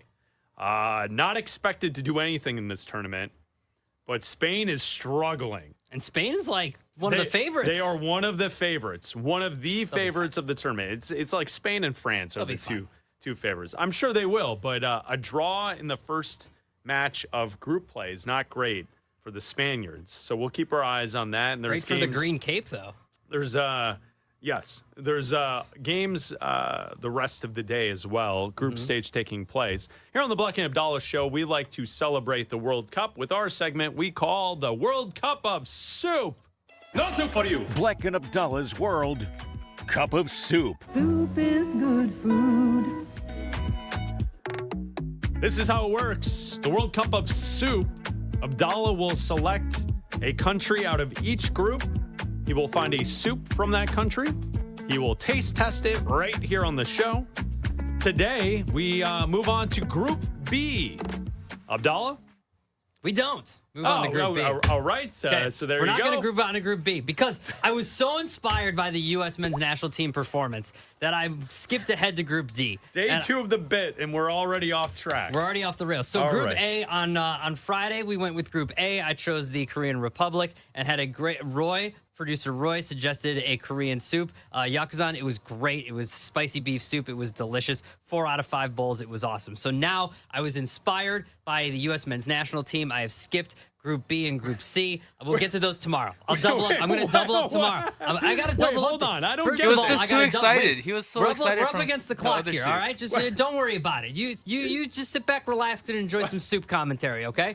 I've skipped ahead to Group D. I was inspired by the men's national team, and I wanted to the group that the men's national team is in is Group D: USA, Paraguay, which we know, Australia, and Turkey. So I've been inspired by the U.S. men's national team, and I wanted to pick the most American soup possible. Chili. Chris, do you know the origin of broccoli cheddar soup? I'm guessing someone along the way wanted to enhance their... In 1990, Chris, the Campbell Soup Corporation wanted to come up with a way for President Bush to eat broccoli. and it was called Broccoli for Bush. Okay. President Bush refused to eat broccoli, and Campbell's Soup and Women's Day magazine created a contest for $7,500, which is about $17,000 today. Designed to come up with a recipe. 5,000 eligible entries, the first 5,000 eligible entries, that if you could come up with a recipe that President Bush would eat this soup, or eat this recipe, whatever it could be, for broccoli, you would win, and you would also win a trip to the White House. 5,000 people entered, and one woman ended up winning, and she ended up going to the White House. She ended up... The Bushes weren't there, which was funny. She wanted to meet the Bushes. The Bushes weren't there. She got they Bill? They were on vacation. Oh, they were on. I thought No. she got Clinton instead. No. Okay, all right. She got Bill. No, that's what I thought you meant, that they were no longer there. That the contest took too long. California resident Priscilla Yee came up with the idea for broccoli cheddar soup. Okay. And they ended up making a few blends of cream-inspired soup with broccoli, and broccoli cheddar soup was one of them. And that's why, since 1990, we have broccoli cheese soup. So I have broccoli cheese soup, the most American soup possible. Let's take a delicious vegetable and put as much cheese on it well, that is as possible. Quite American, yes. And guess what? President Bush refused to eat it and never ate broccoli. So it didn't work. Okay. So All right, I have broccoli cheese soup from... Where'd you get it from today? It's a restaurant in Ravenswood Manor in Chicago called Kale My Name. It is rated the best broccoli cheddar soup in Chicago by Chicago Reader. Here we go. Okay. Soup. Tasting the soup. Yep. Oh, that's good. That's good soup.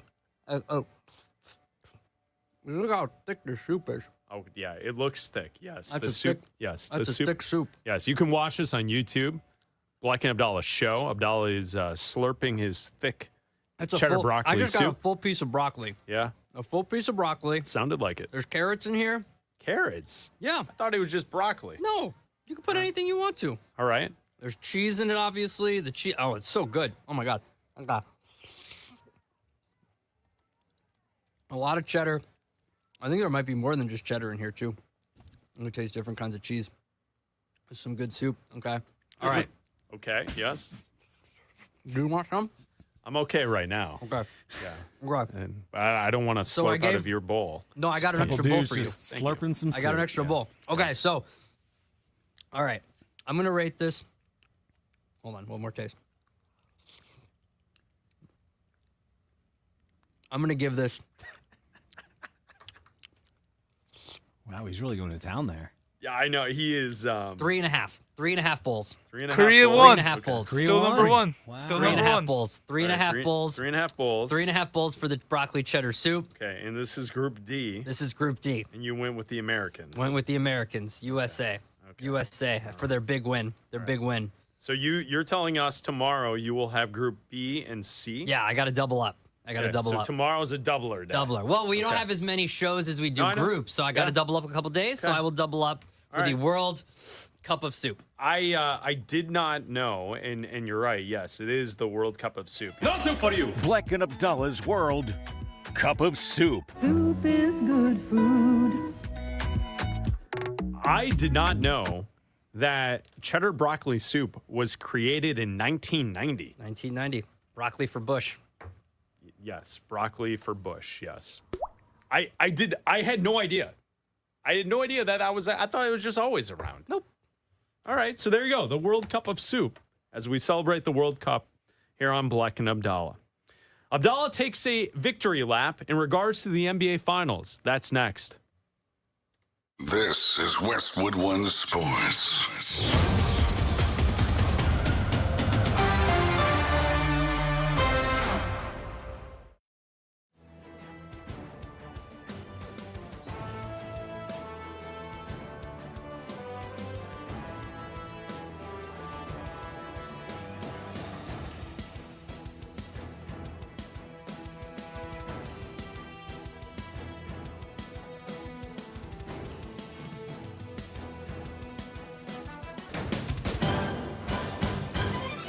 At the tone, the broadcast will begin in 4 minutes, 30 seconds.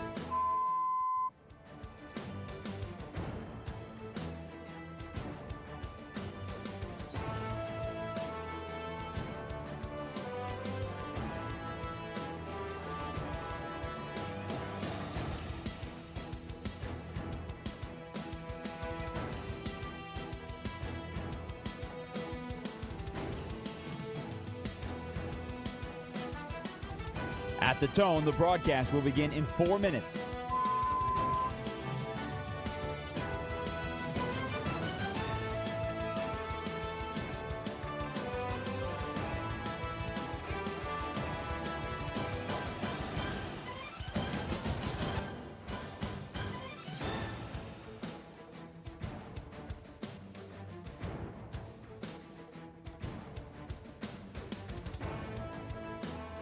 At the tone, the broadcast will be in 3 minutes and 30 seconds.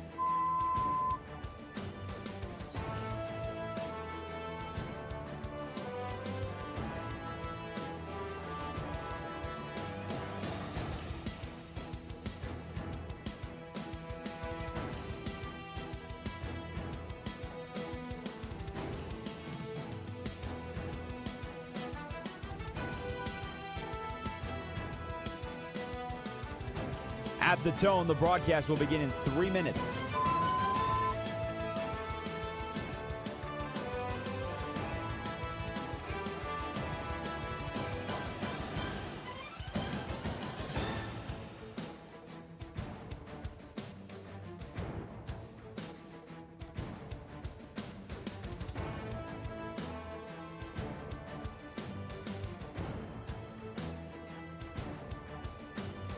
At the tone, the broadcast will begin in 2 minutes, 30 seconds.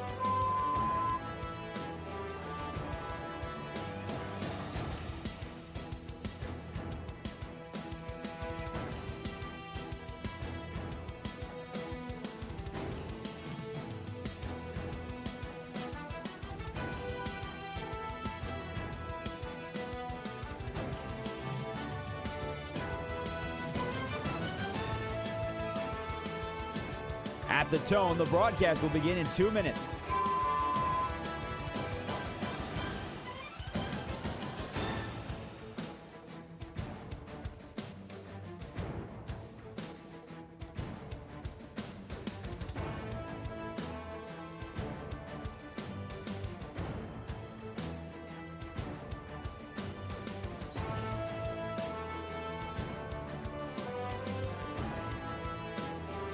At the tone, the broadcast will begin in 1 minute, 30 seconds.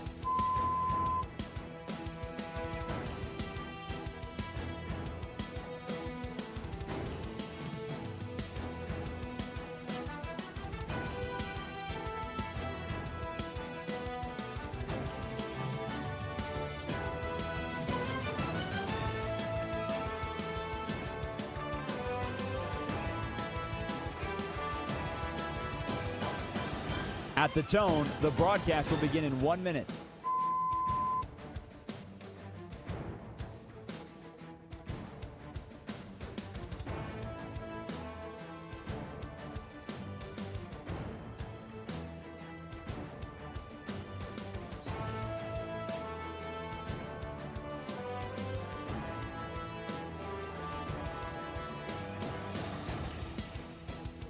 Stations, this is your final time check. At the tone, the broadcast will begin in 30 seconds.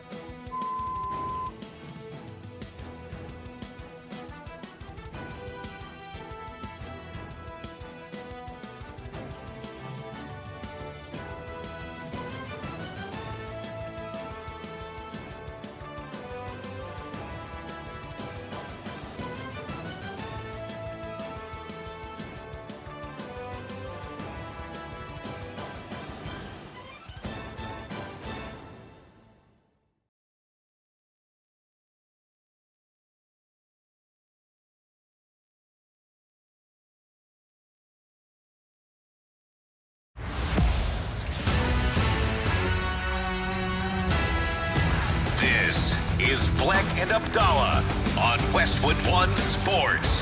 Here's Chris Bleck and Adam Abdalla. That's right. Bleck and Abdalla here on Westwood One Sports, the Westwood One Sports app, Sirius XM channel 375. All of our great radio affiliates around the country. I'm Chris Bleck along with Adam Abdalla on the air until 3 Eastern, and then we'll hand it off to Jim Rome right here on Westwood One Sports. You can join the show by calling or texting us at 310-840-4910. Abdalla, congratulations to you. You were right when it comes to your thoughts on the NBA and the NBA Finals, and you were also right on Victor Wembanyama. You saw it earlier than anyone else, that he was going to get tired as the playoffs went along. So today, on Monday here on the Bleck and Abdalla Show, it feels like a victory lap Monday for Adam Abdalla, because you are able to tell all of us that you predicted this, that you had the Knicks winning, you had Wemby getting tired, and that you saw it before us. So now give us the lotto winning numbers so we can go make ourselves some money. What do you have for us? It is in the crystal ball. 8, 24, 37. I would like to start off by saying bing bong to all of the Knick fans out there. And bing congratulations on your title. I hope you're well rested from the weekend celebrations, maybe a little hungover. Hydrate. I suggest you do some hydrating right now. Yep. But no, it was May 5th. It was Cinco de Mayo, Chris. And Raj from Parts Unknown had asked us if we were to pick right now a team not to sleep on back in the beginning of May, who should we not sleep on in the playoffs? And I said, if they continue to play the way that they are right now against the Atlanta Hawks, don't sleep on the Knicks. Don't sleep on the Knicks the way that they're playing right now, because they're playing really, really, really, really well.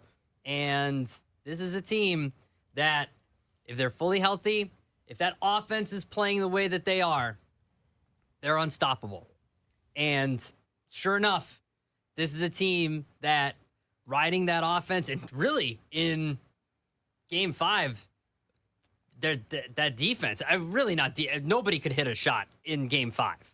In the beginning of Game 5, I think at halftime it was like the total in that game was like 80. Mm-hmm. At halftime, it was nuts. So for both teams, I think it was obviously back and forth during the actual games. The Knicks end up winning the series 4-1. But yeah, I think that when you have a team that is as resilient as they are, they win 13 games in a row during the playoffs, and they would lose the one against the Spurs during the finals. They have the largest point differential in NBA history during this run. And you have a guy like Jalen Brunson who can hit every shot from every different angle, can outmaneuver every defender from every point on the floor, and can create his own spot from wherever he is. You're never out of a game. Even if you're down 29 points to start a half, it doesn't matter. You're never out of a game. And for the Spurs, it was just inexperience, it felt like. It was just inexperience. It was not knowing the moment. For every moment where the Spurs needed something and the Knicks needed something, whether it was a stop from the Spurs and a basket from the Knicks, whether it was a stop from the Knicks or a basket from the Spurs, it always went the Knicks' way. And for some reason, that's the way it went for every single crunch time moment late in games. Every single game, double-digit lead for the Spurs. Every single game, the Knicks would come back. And in crunch time, when it was close, the Knicks knew exactly what to do, and the Spurs would crumble. And Victor Wembanyama, from the moment you got to like Game 2, Game 3, looked absolutely gassed. And they changed their game plan. He didn't shoot as many threes when they got to Game 3. He went to the basket more, and maybe that added to it. But he just looked absolutely exhausted by the time they got to Games 3, 4, and 5. They wore him out. Yeah. And you saw it in the games, and you saw it with the strategy from the Spurs. You saw it from the effort given. I also think in Game 4, it felt like the moment Wembanyama picked up that flagrant foul, 9 minutes into the third quarter of Game 4, he got timid, and he was afraid of picking up that additional flagrant foul point, which would have suspended him for the next game. And at that point, I felt like the Spurs knew the series was lost because Wembanyama doesn't have the body control to not pick up flagrant fouls, which is surprising because earlier in the playoffs and throughout the regular season, Wembanyama actually is pretty good at avoiding foul trouble. For a big, right, who's in on every play, offensively and defensively, he doesn't pick up a lot of personal fouls. Like, there are many times you'll be watching a Spurs game, and Wembanyama will pick up a foul at the basket defensively, trying to block a shot. It'll be the fourth quarter. It'll be like Wemby's first foul. It was like, what? Yeah. I think a center, a guy that big, he doesn't pick up fouls. But when he does, because he can't control his body, he's picking up flagrants left and right. So, yeah, I mean, I think there's a lot that goes into it, right? Like, first of all, when you look at the Spurs overall, Castle was terrible in Game 5. The fact that his first 2 points of the game came on that putback dunk at the very end of the game. Well, that's terrible. De'Aaron Fox was unplayable, but he was out there playing, taking all the shots. Champagnie disappeared in this series. Champagnie throughout the playoffs was great for the Spurs. And Mitch Johnson was a really, how do I want to say this? He was extremely out-coached throughout the entire series. I don't want to say that he's a bad coach or he can't be a good coach. It's just in this one series against Mike Brown, he was pantsed. I mean, really, it was very obvious that the Spurs were up against it because not only are they too young for this moment, but then their coach isn't experienced either. And so he wasn't manipulating those end-of-game situations the way someone with more experience like Mike Brown or you know, name a coach that's won a title in the past who has been able to do so. And so San Antonio, for many items of this conversation, had chances. They just were not good enough when it mattered. And I think to some of that, it goes to the idea that De'Aaron Fox was atrocious. De'Aaron Fox is the highest paid player for the San Antonio Spurs. Next season, his new contract kicks in. So he's going to be making even more money next season.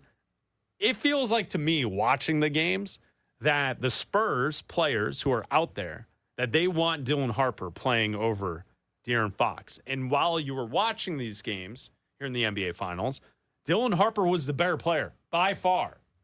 I would argue, and I'm not trying to say that he's going to be better than Wembanyama, but I would argue at some point in the future, Harper is going to be the engine that gets this team to the next level. What I mean by that is he's going to be the one that's going to have to duel with the Jalen Brunson or whoever it is who's the guy who can get his own shot on the other team, right? It's going to be Dylan Harper. Yeah. Like, Wembanyama may be this incredible talent that we've never seen before, and he is a great player and one of the best players in the NBA.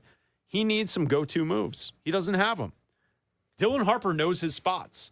He knows 12 feet away baseline, he can get to that spot. He knows that if he spins off of the elbow, he can take one dribble and go up to the rim, and he can finish. Unfortunately for the Spurs, he missed 3 layups at the end of the game in Game 5. You know, he did the right thing. That layup in the to push the ball and to try and cut the lead from the Knicks, and he went up and he was just short. All series long, he was converting those. Yeah. So I have a feeling he's the player that eventually will be the guy that runs everything for the offense for the Spurs when he's allowed to. De'Aaron Fox was a problem. So when we look at the Spurs overall, I mean, take a listen to postgame. Take a listen to what Devin Vassell had to say about the rookies and especially Dylan Harper after they lose to the Knicks in Game 5. Dylan, I think we all knew he was talented. I don't know if anybody knew he was this talented, probably besides himself. You know, he was upset with playing time and different roles that he was in, but when we needed him most, he stepped up. So there you go. There's Devin Vassell saying that he wasn't happy with playing time. That wasn't something that was out there before the end of the finals. Wow. I'm guessing, and, you know, you could also look at it as saying, like, of course, no young player who's not playing is going to be happy with playing time. Of course. But I think the players know that Dylan Harper is better than De'Aaron Fox, but De'Aaron Fox is making more money, so he's the one that's the starter. He's the one taking shots at the end of the game, and that's just kind of how it is. Yeah, okay. I understand. You're saying De'Aaron Fox. You're saying, Vassell. You're saying Harper. You're saying Champagnie. You're saying Stephon Castle. I get that. The defensive player of the year is Victor Wembanyama. The guy who came out after game 1 of the Western Conference Finals and made it a point to answer a question about wanting the MVP in a not cocky, but like, yeah, I was watching it manner. Yeah. Said it. Oh, yeah. It's your job to be the stopper. And I understand. It's your 3rd year in the league. You're very young. You're 22 years old. You're going to get back. I get that. It was an experience versus age. I understand that. That being said, do you need a veteran presence? Sure. Was De'Aaron Fox that? No. But at the same time, if you want to be the MVP, if you're the defensive player of the year, if your team is up 29 points, get a damn stop. When your team is in crunch time and you're the defensive player of the year, get a stop. Like, you can say it needs to come down to a guy making a shot and doing this and all that. If you want to be the MVP, be the MVP. If you wanted to create the Facebook, you would have created the Facebook, right? They're playing basketball. You know what I mean? Like, if you're the guy, Yes, you're I've the seen guy. the movie. Yes. Like, how often do we do this about LeBron? Like, if this was LeBron and the Lakers, like, all of this would be about LeBron. But because of Wemby's age, like, we're not getting into it and we're not doing that. This is about Victor Wembanyama and the Spurs. It was a bad series for Wemby. Like, it absolutely was. If you want to be the guy, man. Like, and you got to shoulder the blame. And you can call or text the show at 310-840-4910. I wonder, like, approval rating heading into the finals. Wembanyama was at what? 100%? Oh, yeah. 98%? Easily. How damaging is this finals performance? Because, like, I can see the forest through the trees. Like, he had a bad series. He's still the most interesting player in the NBA. Mm-hmm. Next season, eyeballs are going to be on him. The ratings for every single Spurs game here in the playoffs have been outstanding. Mm-hmm. So people around the country are interested in the Wembanyama story. How many people are going to look at the way he played in the finals and say, he's actually not what we thought he was going to be? So I'm not as interested. I think it's only going to get ramped up even more from this point. How many people are going to look and start saying that he's a dirty player? I think that's already happened. I think it's happened in this series. I don't think it's going to be about the play because I think next year they're going to ramp him up more. I think they're going to extend his minutes so he doesn't have this fatigue issue during the playoffs. He's going to play more during the regular season. Maybe they sit him more during the first half of the season, and then when you get into the second half after the All-Star break, that's when they start ramping him up more, and then you start seeing him play more and more minutes as you get into it, and then by the playoffs, that's when he's fully ready.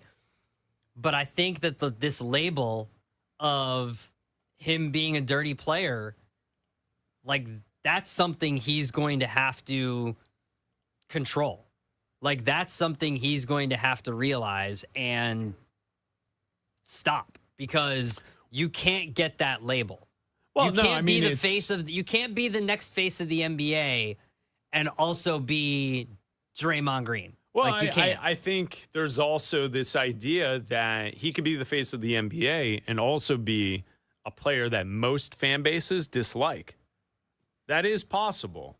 But if you want to be... And that's a path he could go down if he continues to play that way. I think calling out like you just did about the cockiness or the way that he made it so personal about the MVP going to Shai Gilgeous-Alexander and then harnessing that and winning in the conference finals. Like I said, remember the day after the conference finals when we were sitting here talking and I was like, you cried? You're crying to get to the final? Like, you cried? You cried after a regular season game, too. You're crying Listen, you already? got emotion. You got emotion. The job's not done, though. Some people cry after Toy Story. Some people cry after games. But Jalen Brunson and the Knicks had a mission. They had more to achieve. Mm-hmm. It felt like Wemby, like, he thought he achieved something by getting to the finals. You didn't do anything. Have the conversation of the all-time greats. The all-time greats all won championships. You got to win it. Yeah. And I think that's the difference of how it kind of played out. Bleck Abdalla here on Westwood One Sports and the Westwood One Sports app. With that said, this is really about New York and the Knicks and their championship. Mm-hmm. Like we just spent 15 minutes talking about the San Antonio Spurs and their issues, but really what we saw from Jalen Brunson and the performance and winning the NBA Finals MVP and the way the Knicks played in these playoffs, having the highest point differential in league history. Yeah. You can enter their name into the conversation of, was this the best playoff run we've ever seen in the NBA? I think you can. I think the reason that more people aren't talking about it is because everybody's already looking at what's next. Everybody's already, like, the first thing we do is say, okay, what about next year? Right? Like, the first thing we did after the Thunder won was, can this be a dynasty? Well, dynasty right? stuff. It's what we want to do. But it's not, it's absolutely not the first thing you think of when you think about this Knicks team. Well, that's because we like to have things marinate. We're letting this one marinate, and I like that. I think the Bleck and Abdalla show, we are pro marinating your meats. I like, and listen, I think that's the key here. Sometimes you let marinate, sometimes you dry rub. I just like letting the Knicks championship kind of linger here as they won the championship, and let's acknowledge what they did, and not force feed a take of, this is going to be a dynasty in the making. And thank you to everybody in New York for not letting the animals out of the zoo. Oh, they didn't do that. They didn't do that. That's good. They listened to our advice. That's great. They listened to the zoo news. We didn't have any zoo news sleuths out there telling us that they let the animals out of the zoo. So they only lit a bus on fire. Only. Well, I mean, listen. Only no harm, a bus. No harm, no foul, right? Looking back in NBA Finals history, here's the list of players with the highest percentage of team points in an NBA Finals. So Jalen Brunson was incredible. Mm-hmm. He had 31.2% of all of the Knicks points in this series. Here are the names ahead of Jalen Brunson. You want to talk about heavy hitters of NBA history? Ahead of Brunson, Kobe Bryant in 2010. These are all winning teams, winning of the NBA Finals. Yeah. Kobe in 2010, Giannis in 21, Kobe in 09, Duncan in 99, Shaq in 01, Shaq in 02, Jordan in 92, Shaq in 2000, Jordan in 97, Dwayne Wade in 06, Jordan in 98, and Jordan in 93. Okay. Jalen Brunson did something here in the NBA Finals and in the playoffs that was absolutely legendary. Yeah. And I don't need to have the conversation of, is he a Hall of Famer or is this a part of a dynasty? That's not the point of this. The point of it is, let's acknowledge how great he was and how the Knicks won the championship. And it's pretty cool. Yeah, absolutely. Absolutely. And I think that Jalen Brunson is worthy of Finals MVP and now is the King of New York. If the NFL had a team that could pull off what the New York Knicks just pulled off, right? The Knicks, long-suffering team. Last time they won a championship was 1973. What NFL team would be the equivalent this upcoming season to what the Knicks just accomplished in the NBA? We'll talk about that coming up next. International soccer is taking over the U.S., and only DraftKings has you fully covered. The DraftKings Sports app is now available in all 50 states. Sweat all the matches you love all in one place with one app. New DraftKings customers sign up with code B&A26 and spend $5 to get $200 in rewards within 21 days. That's code B&A26 for Bleck and Abdalla. In partnership with DraftKings, the crown is yours. Bet with DK Sportsbook. Gambling problem? Call 1-800-GAMBLER, 1-800-MY-RESET. New York, call 877-8-HOPE-NY. Text HOPE-NY. Connecticut, call 888-789-7777. Visit ccpg.org on behalf of Boot Hill Casino in Kansas. Bet tax pass-through may apply in Illinois. 21 plus, void in Ontario. Event contract trading with DraftKings predictions involve risk of loss. Sportsbook bonus bets expire in 7 days. $50 in predictions dollars issued weekly for 3 weeks, expire in 1 year. Redeem one non-withdrawable reward. Availability varies. Predictions offer void in New York. Ends June 28th. Terms at dkng.co/audio. Start spreading the news. For the first time since 1973, the New York Knicks are NBA champions. Congratulations to all the long-suffering Knicks fans. You are the champions of the world. Westwood One Sports.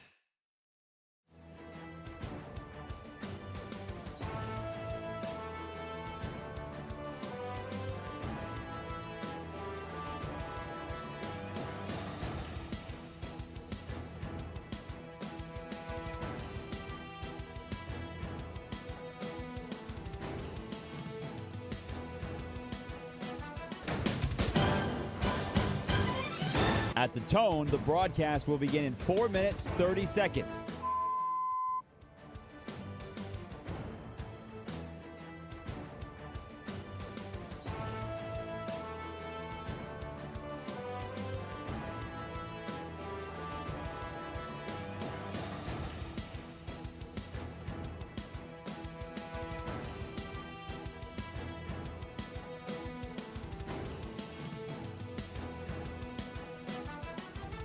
At the tone, the broadcast will begin in 4 minutes.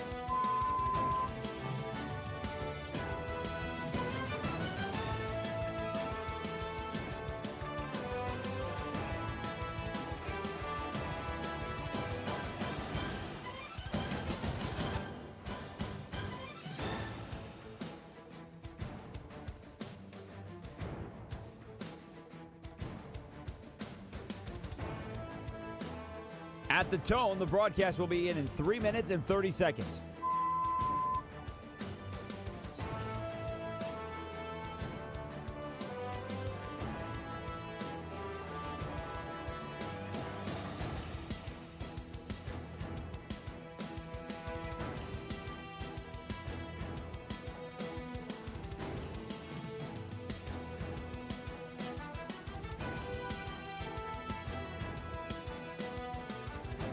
At the tone, the broadcast will begin in 3 minutes.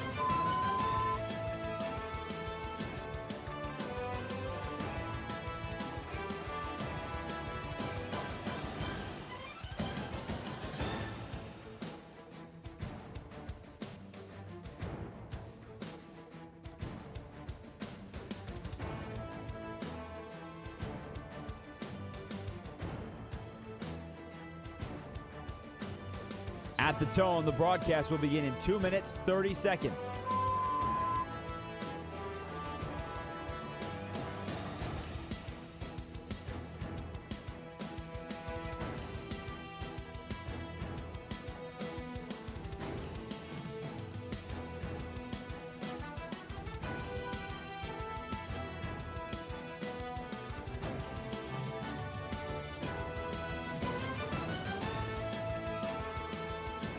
At the tone, the broadcast will begin in 2 minutes.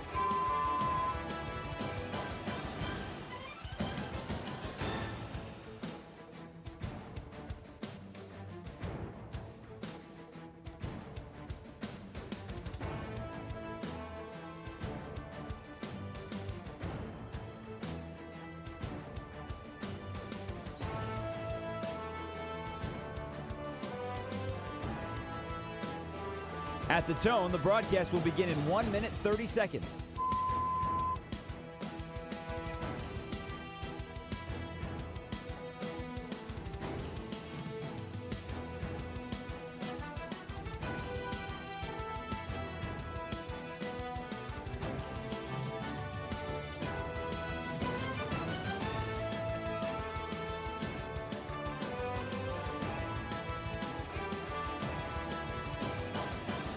At the tone, the broadcast will begin in 1 minute.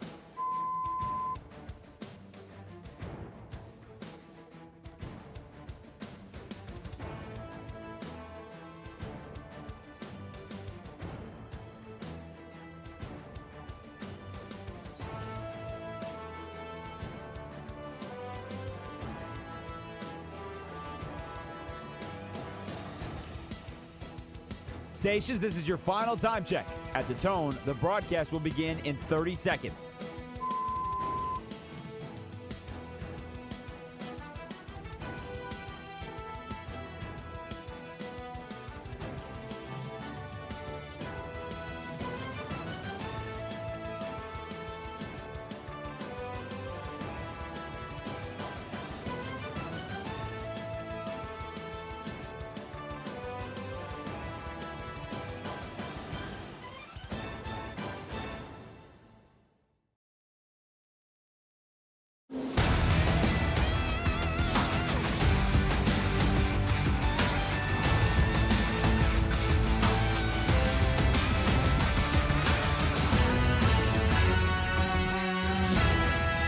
This is Bleck and Abdalla on Westwood One Sports. Here's Chris Bleck and Adam Abdalla. Hanging out with you until 3 Eastern right here on Westwood One Sports. We love talking football, Abdalla. It's something we appreciate, and we know here in the summer, there's not a whole lot going on in the NFL, but it's always important to keep it in the forefront and to discuss football on a daily basis. And that's why we like to bring to you here on the show throughout the summer of football. I proclaim this the summer of football. What the hell's going on out here? We're going to be here all day, baby. I like this kind of party. Only Brett Favre could do that. I don't care what you say. I'm just here so I won't get fined. Just keep matriculating the ball down the field, boys. We need a National Guard. We need as many men as you can spare because we are killing the Patriots. The summer of football with Bleck and Abdalla. I throw, you catch. It's not that hard, okay? Westwood One Sports, your home for the NFL. Bleck and Abdalla, the summer of football. Day 86. 86 days until the start of the NFL season. That's right. Matriculating our way through the summer. I love it. Yep. I love it. Before we know, we'll be here 86 days away from the kickoff of the Seahawks and the Patriots for the start of the NFL season. Today's topic here on the Summer of Football with Bleck and Abdalla, taking a look at the New York Knicks winning a championship in the NBA on Saturday. What team in the NFL would be the equivalent to the Knicks winning the title this year? If we had to go through the list, what are the teams that would make that be like the same type of thing that the Knicks just pulled off in the NBA? The first one that comes to mind are the Buffalo Bills because they had all those trips to the Super Bowl. They obviously didn't win any of those. They have and I mean this in the most respectful way possible, they have a wild and crazy fan base. They have one of the best passionate, and wild and crazy passionate fan bases. Bills Mafia, man. Bills Mafia is the best, right? And so I feel like that would make... And look, like they've gotten like this team, this iteration has gotten close, just like, Jalen Brunson in this iteration of the Knicks got close last year and they didn't make it. So this iteration of the Bills has gotten close and not made it. So that to me would make sense. I feel like that has to be the criteria. A rabid fan base. They've gotten close recently. They've had heartache recently. Long suffering of an actual championship. There's another one that comes to mind. Okay. We're a little biased. We live in the city. We broadcast out of that city. We've suffered. You and I were at the double doink game for the Chicago Bears. Sure we were, yeah. Where... Some people believe that the Bears go to that Super Bowl if that doink goes in to the through the uprights for the Bears because of just how good that defense was the year that the Bears lost to the Eagles on that double doink.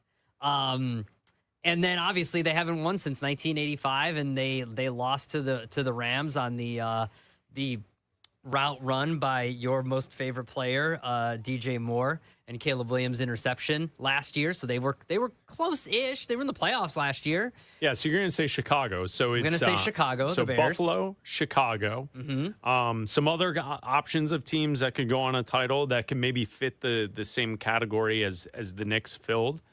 with their championship in the NBA. What about the Cowboys? Cowboys haven't won in 30 years. Yeah. The Cowboys would count. You and I were in short pants when the Cowboys last won. All right. The Cowboys would it's count. true. I know. It was the mid-90s, the last time the Dallas Cowboys won. Maybe it's because I don't want to admit our age or anything like that. But to me, the 90s don't seem that far away. It is. It is far away. But it would flip be on like an episode of Seinfeld and look at the fashion. Oh, I know. It's coming back around. And the fact that they can't communicate with each other because they don't have cell phones or anything like that. I know. The Cowboys were a great team. But to me, that would be like the Bull. Like I don't consider the Bulls a long. I know the Bulls are long suffering, but like the Bulls, hand in hand. Yes. Yeah. I know. Skipping down the block, losing games. Yeah, but that would just be annoying. All right, so Cowboys. Well, they have a national fan base. Yes, they do. You know, people would show out. Obviously. Yes. Yeah, they do. So Dallas, Buffalo, Chicago. What about Cleveland? The Cleveland Browns. Cleveland would almost be like Indiana winning a national championship. Oh, in college football? In college football, yeah. Cleveland would be like that long-suffering fan who's got the jersey with all of the quarterbacks' names on the back of it that has like 50 quarterbacks on the name that he needs to add like tails to the back of the jersey to keep the names going down like the back of his leg.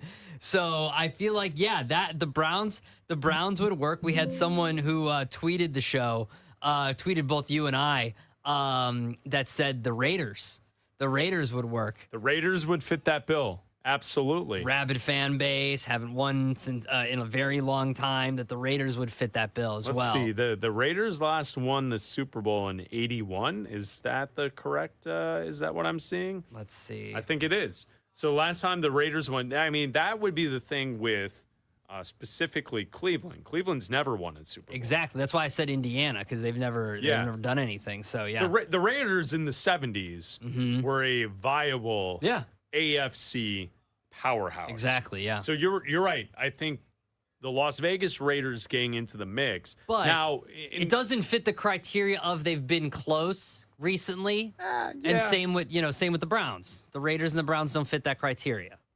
I would also say Raiders, Browns are two teams that are unlikely to pull this off. Exactly. The first three teams we mentioned, Buffalo, Dallas, and Chicago, as of today, June 15th, all have title aspirations. Yeah. In the forefront. Not saying that any of those three teams can actually win it, but I think they believe that they're good enough to at least make the playoffs, if not make a title run. Yeah. And all three have legit quarterbacks. That's right. I put Caleb in that category. Thank you very much. All right. What about the Jets? The New York Jets. They're long suffering. Yes, but again, they don't fit the criteria of recent closeness to the proximity of a championship. You know what I mean? Okay. How about a team that's never won the Super Bowl that is good? I think we'll have a bounce back season this upcoming year. What about Detroit? Aiden Hutchinson said they're in their championship window. The Lions are a team that once they got a little good, competitive, people started to appreciate the Detroit Lions. I could see people supporting the Lions the way outsiders are supporting this Knicks run. Yeah, I could see that. What about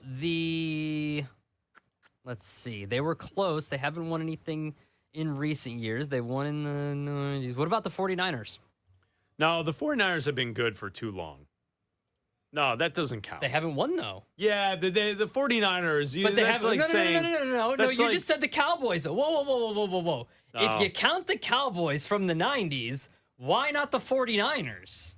Yeah. The 49ers haven't won recently. All right. Sure. You counted the Cowboys, but you won't count the 49ers. Because I don't view the 49ers as a long-suffering fan base. But you count the Cowboys? Because they've been to a Super Bowl in recent times. But they didn't win. They've been to multiple Super Bowls in recent times. But they didn't win. All right. You want to toss the 49ers in there? You can toss them in. I'm just saying, we're talking about teams that didn't win. Vikings, Commanders, do they make your list? No. No. All right. No, they don't make the list. Bleck Abdalla here on Westwood One Sports and the Westwood One Sports app.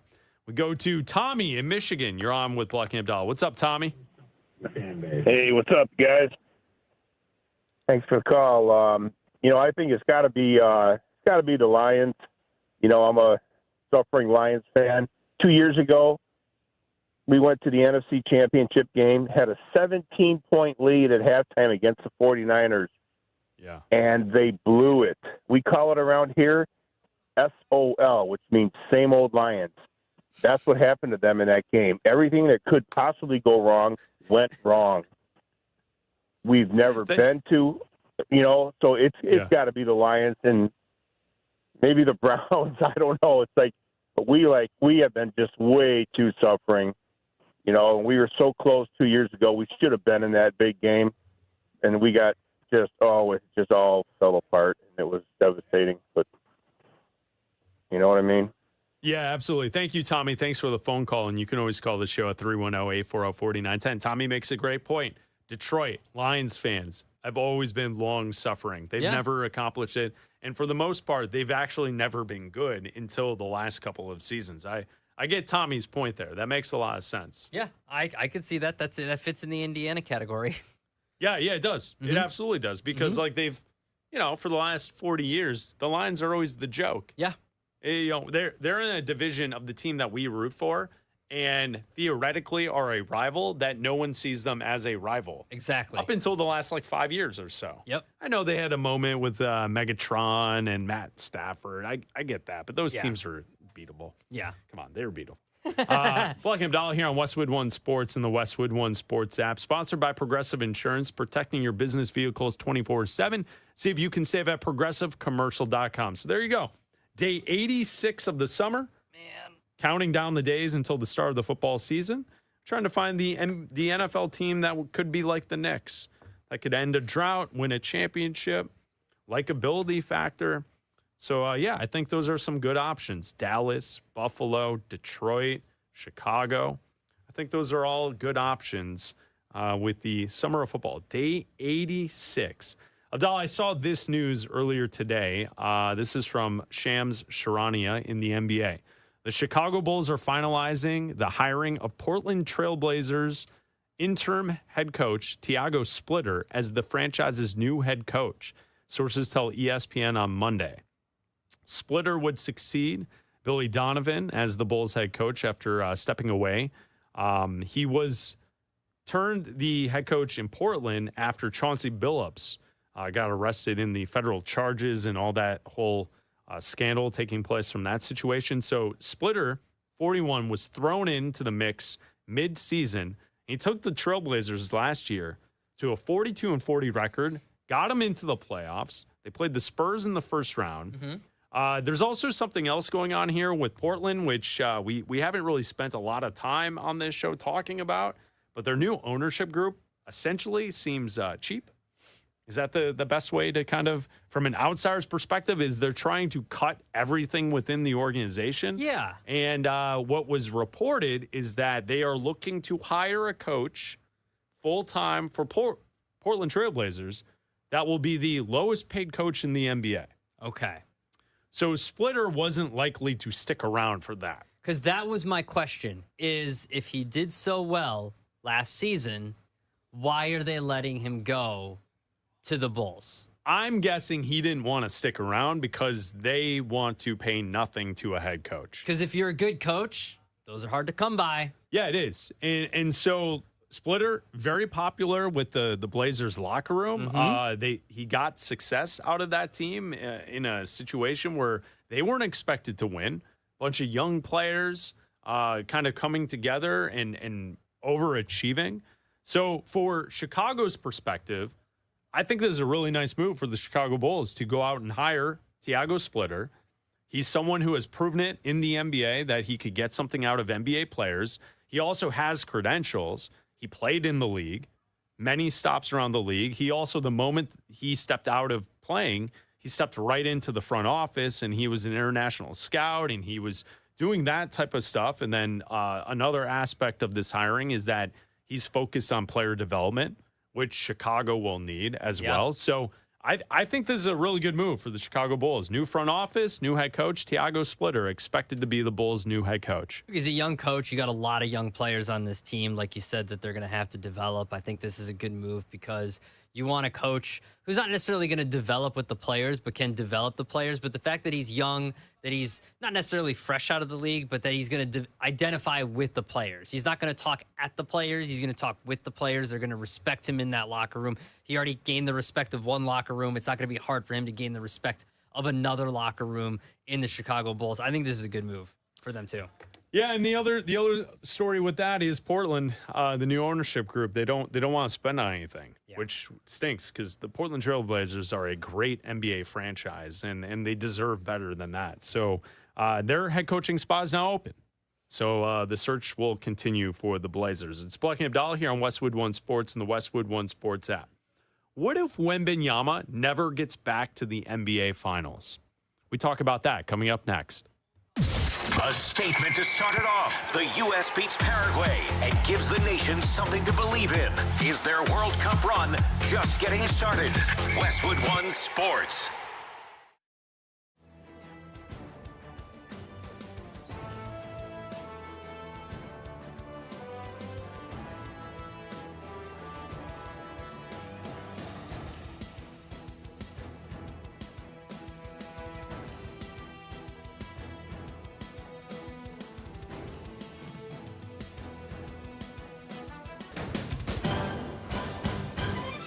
At the tone, the broadcast will begin in 4 minutes, 30 seconds.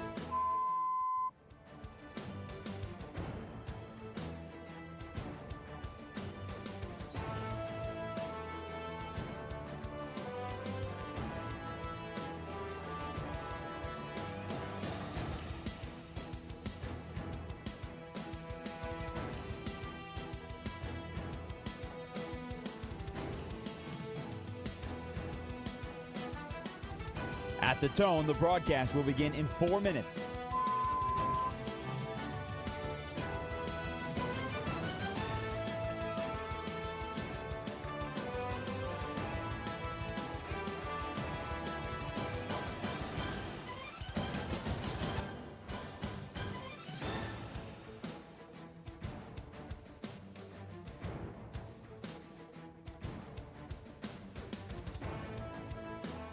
At the tone, the broadcast will begin in 3 minutes and 30 seconds.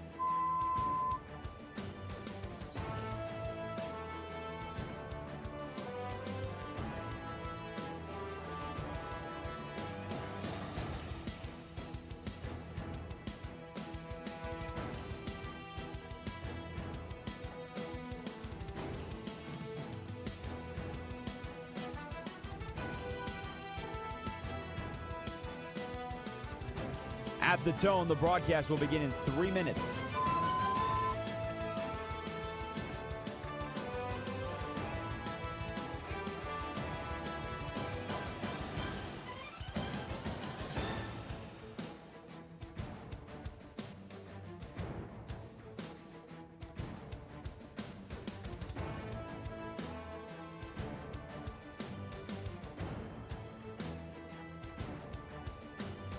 At the tone, the broadcast will begin in 2 minutes, 30 seconds.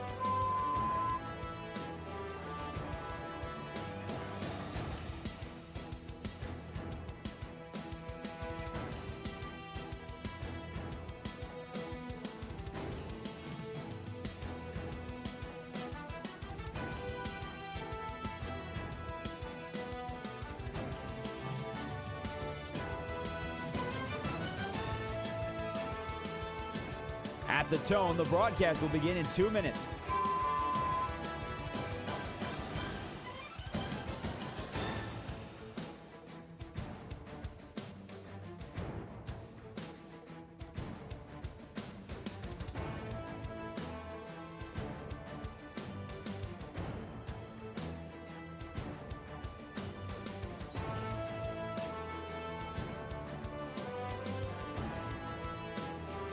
At the tone, the broadcast will begin in 1 minute, 30 seconds.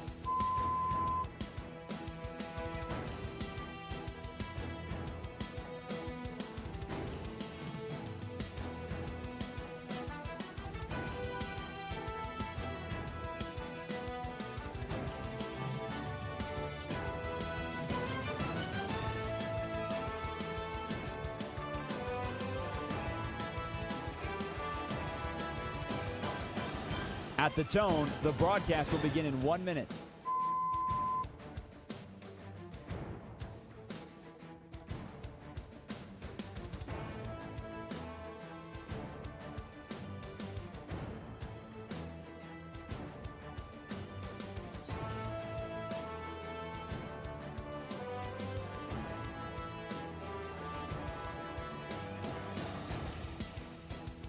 Stations, this is your final time check. At the tone, the broadcast will begin in 30 seconds.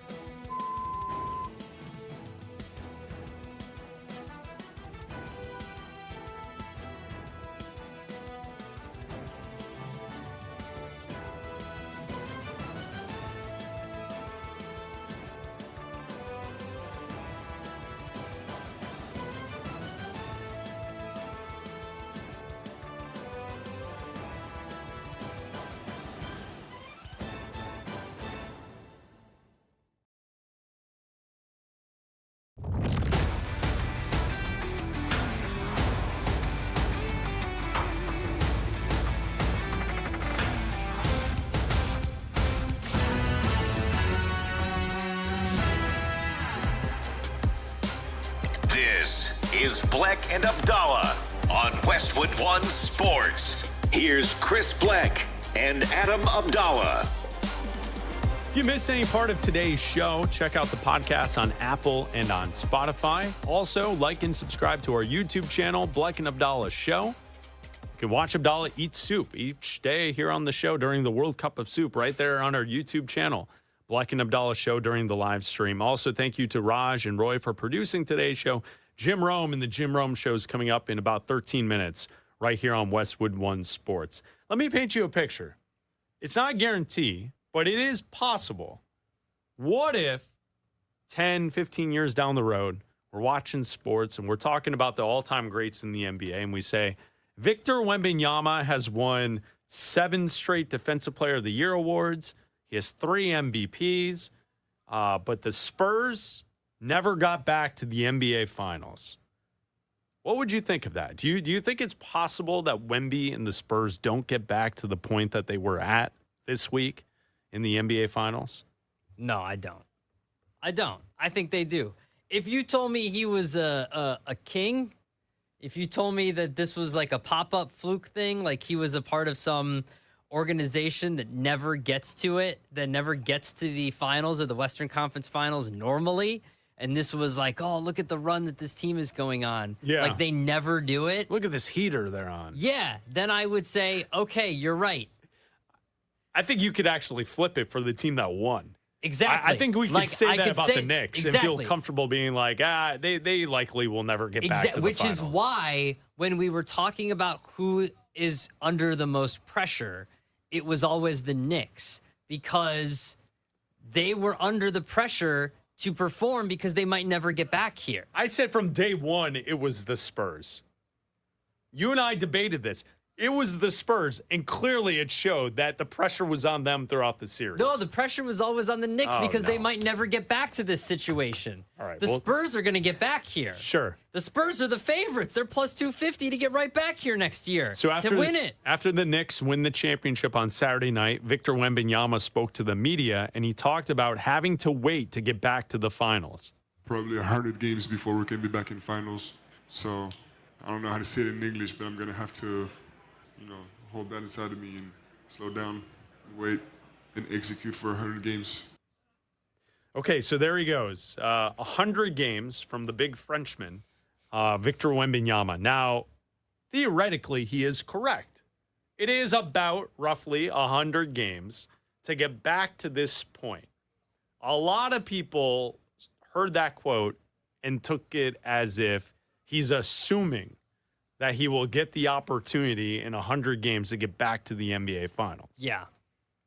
I don't really have a problem with the way he looks at that, right? Like, to get back to this point, they have to go through a full regular season. He has confidence in himself. He thinks they're going to get back there. You have to run through the playoffs.